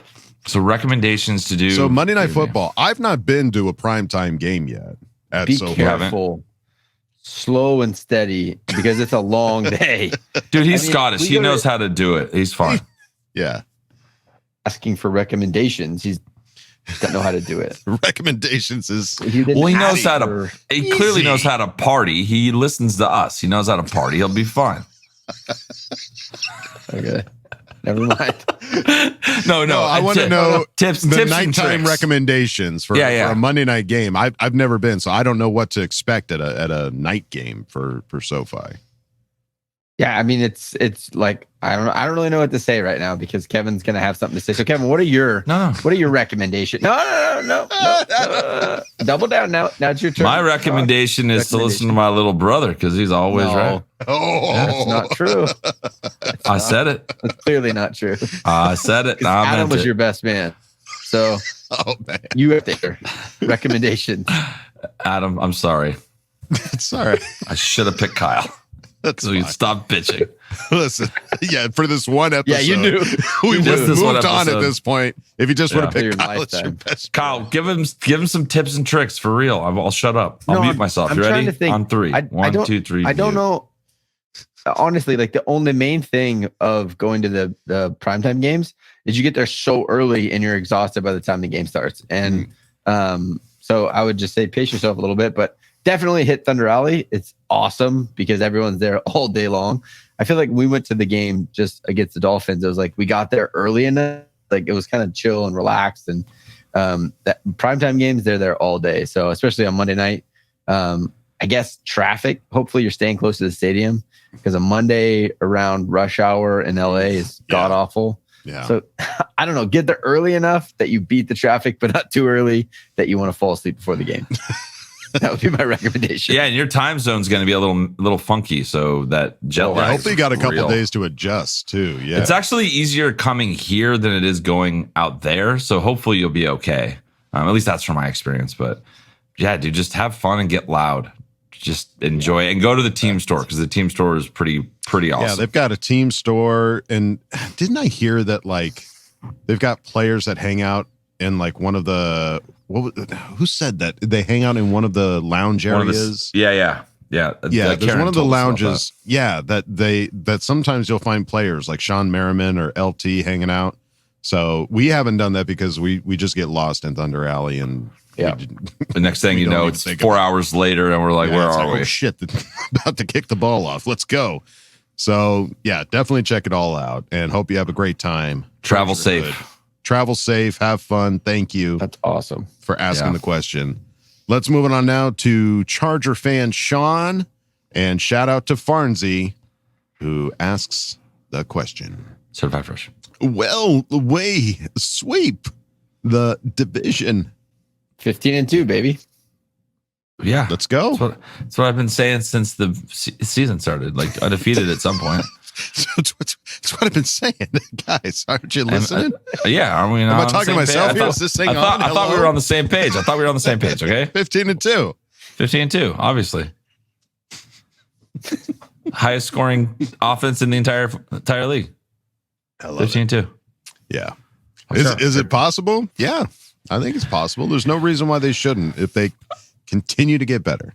Just pull your heads up. Fix it. Well, I know we sound absolutely ridiculous saying what we just said. And I'm coming to terms with that as I said it. I'm realizing that now.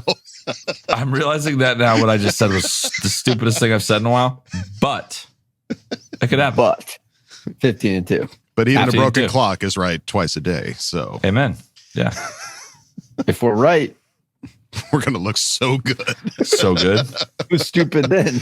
Yeah. Who's the loser then? Go to your room. Go to your room. All right. Charger fan Sean and Farnsey, thank you for asking the question. Let's move it on now to Salty Sports Guy. Oh, it's been a minute. Who asked the question? I wrote out a really long, scathing comment with a question about the current state of the team. But you know what? I'm not going to do that to myself. And I'm definitely not doing that to you guys either. So it. All right. Who's your favorite Ninja Turtle?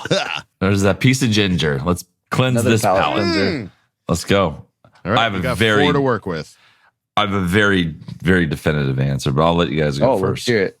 I just know that I'm not changing my answer. It's in my head. Okay. I gotta go Michelangelo. The nunchucks are super rad, and he's awesome, funny. He's the funniest one.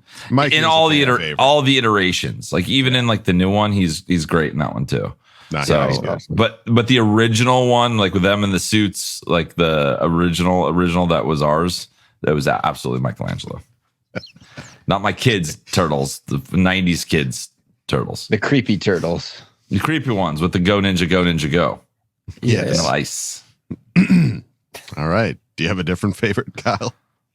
I do like Mikey. He's a little goofy for me, though. He's definitely a side character. He's not the lead turtle. Yeah. I don't know how you don't pick Leonardo. He's the leader of the gang. He's kind of brooding and kind of grumpy a lot. I don't know. I know, but they're effective. They win ball games. You think if Leonardo's the head coach of the Chargers, they're not winning? No, Put Mikey up there? They're cutting through offenses. You know what I mean? Yeah. Tell me a better defensive coordinator than Leonardo. Leo. Can't do it. Leo. Yeah. It's tough to pick just one. I do like Raphael. I do like the muscle. It's not even just the muscle. He fights with his heart. Like he doesn't think about what he's doing. He just goes in, he does it, he gets the job done, whether he wins or not. He's giving it all he's got. So that's why I love Raphael. All right. Well, if there was a Charger, who is the Raphael of the Chargers? Oh, geez. Leonardo is Justin Herbert. Leonardo's 100% Justin Herbert. Yeah. Michelangelo is like Bash. Yeah. Or Keenan. Or Chris Rumpf. Or Rumpf. Harumph. kind of a goofball. Yeah. Raph, I almost want to say Joey Bosa just because of how. Or Khalil Mack vibes. Or Khalil Mack, yeah. Yeah. He gives me some of those. No one's loving Donatello in the stick, man. That's hard, dude. He's it's good, stick. dude. He's good. I mean, he's got qualities. It's just you got the not worst on weapon. the top tier. Yeah. No, he's like you the don't have a cool weapon. annexation You of can't Puerto beat this. Rico guy from Little Jack. Exactly. Exactly. Good You love character, him, but you're not having him on the first string. He's clutch, but he's not your favorite. Exactly. All right. Salty Sports Guy, thank you for asking the question. Let's move it on now to Hank Zilla, who asked the question. Your show is the shot of positivity I need after loss. Slow start, but hey, 15-2, here we come. Yes. What are your favorite victory beverages? Cheers. Let's go. 15-2. Let's go. Right on, baby. That's right. Let's go. Victory there's beverages. like some people that change their handle every week to like our current record. Oh, I think we should always just change it to the best possible record after. Ooh. Done. I like that. Yeah. Done. It would be 15-2 right now. Yeah, 15-2. You get the W. If you get the W against the Vikings, it just stays 15-2. I like that. Nothing changes. Yeah. Come on, guys. Why don't we all on do that it? train. Let's just do it. 15-2. Let's just do it. Yeah. Just do it. Get drunk and silly. Let's just throw our handbags in a circle and dance. All right. Victory beverages.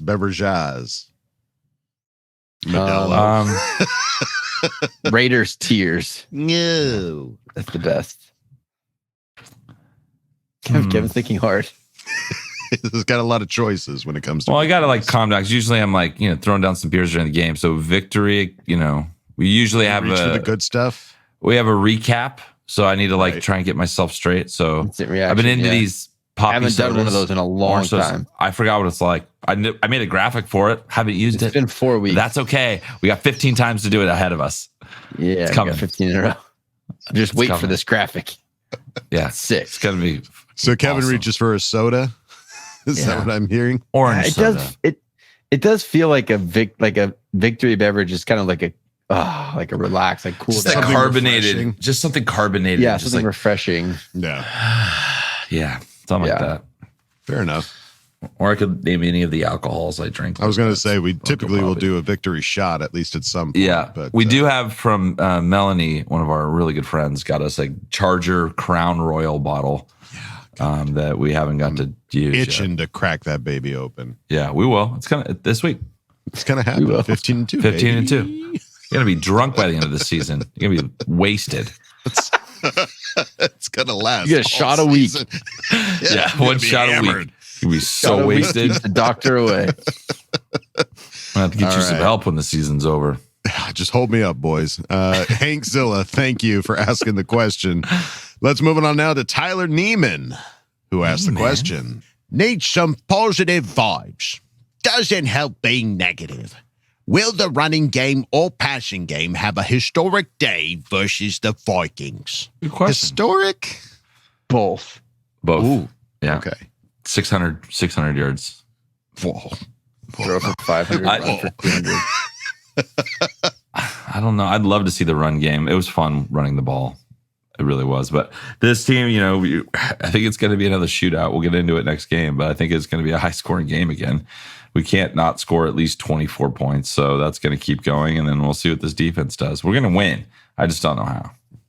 Yeah, with the report, it'll be historic. It'll be historic. Apparently, Eck doesn't have a timetable for return right now, so right. It feels like leaning into that passing game is kind of a no-brainer.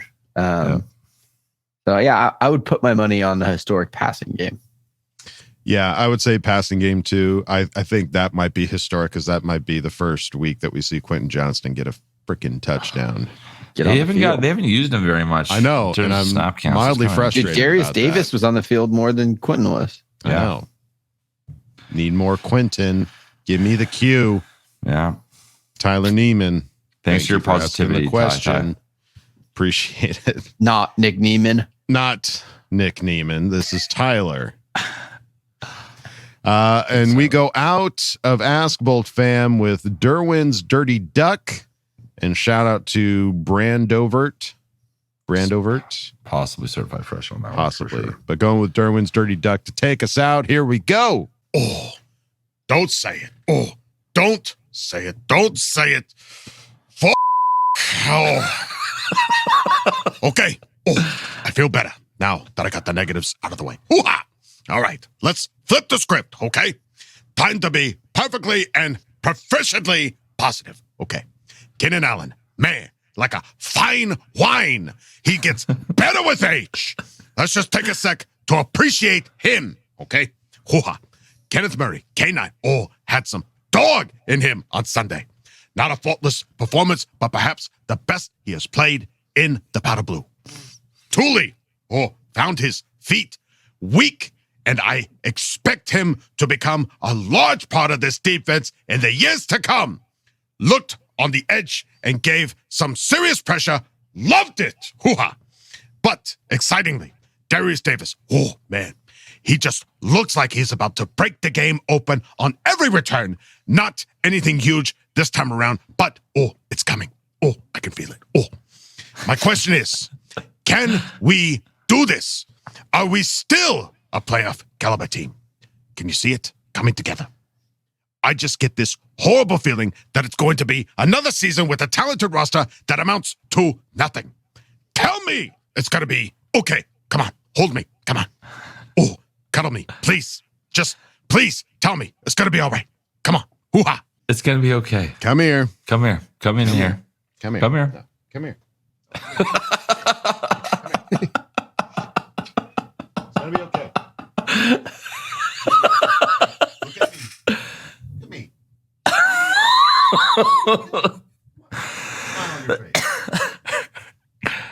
I feel better.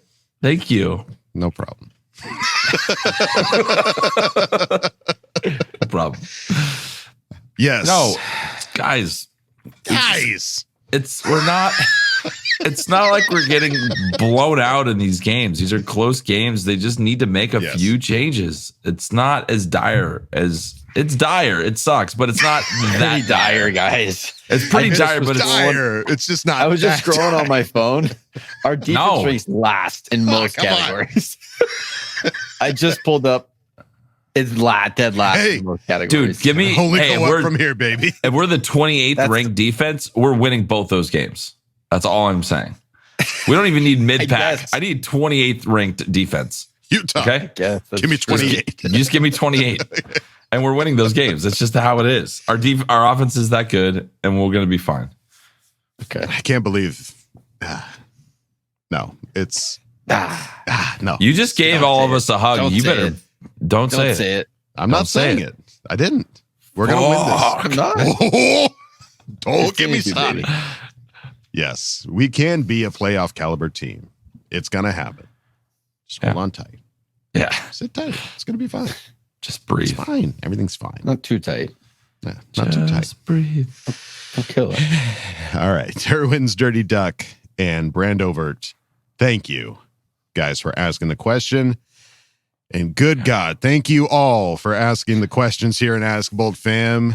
I feel better. Do you feel better? I feel great. Kyle, you came in feeling kind of crummy. How are you feeling now? Yeah.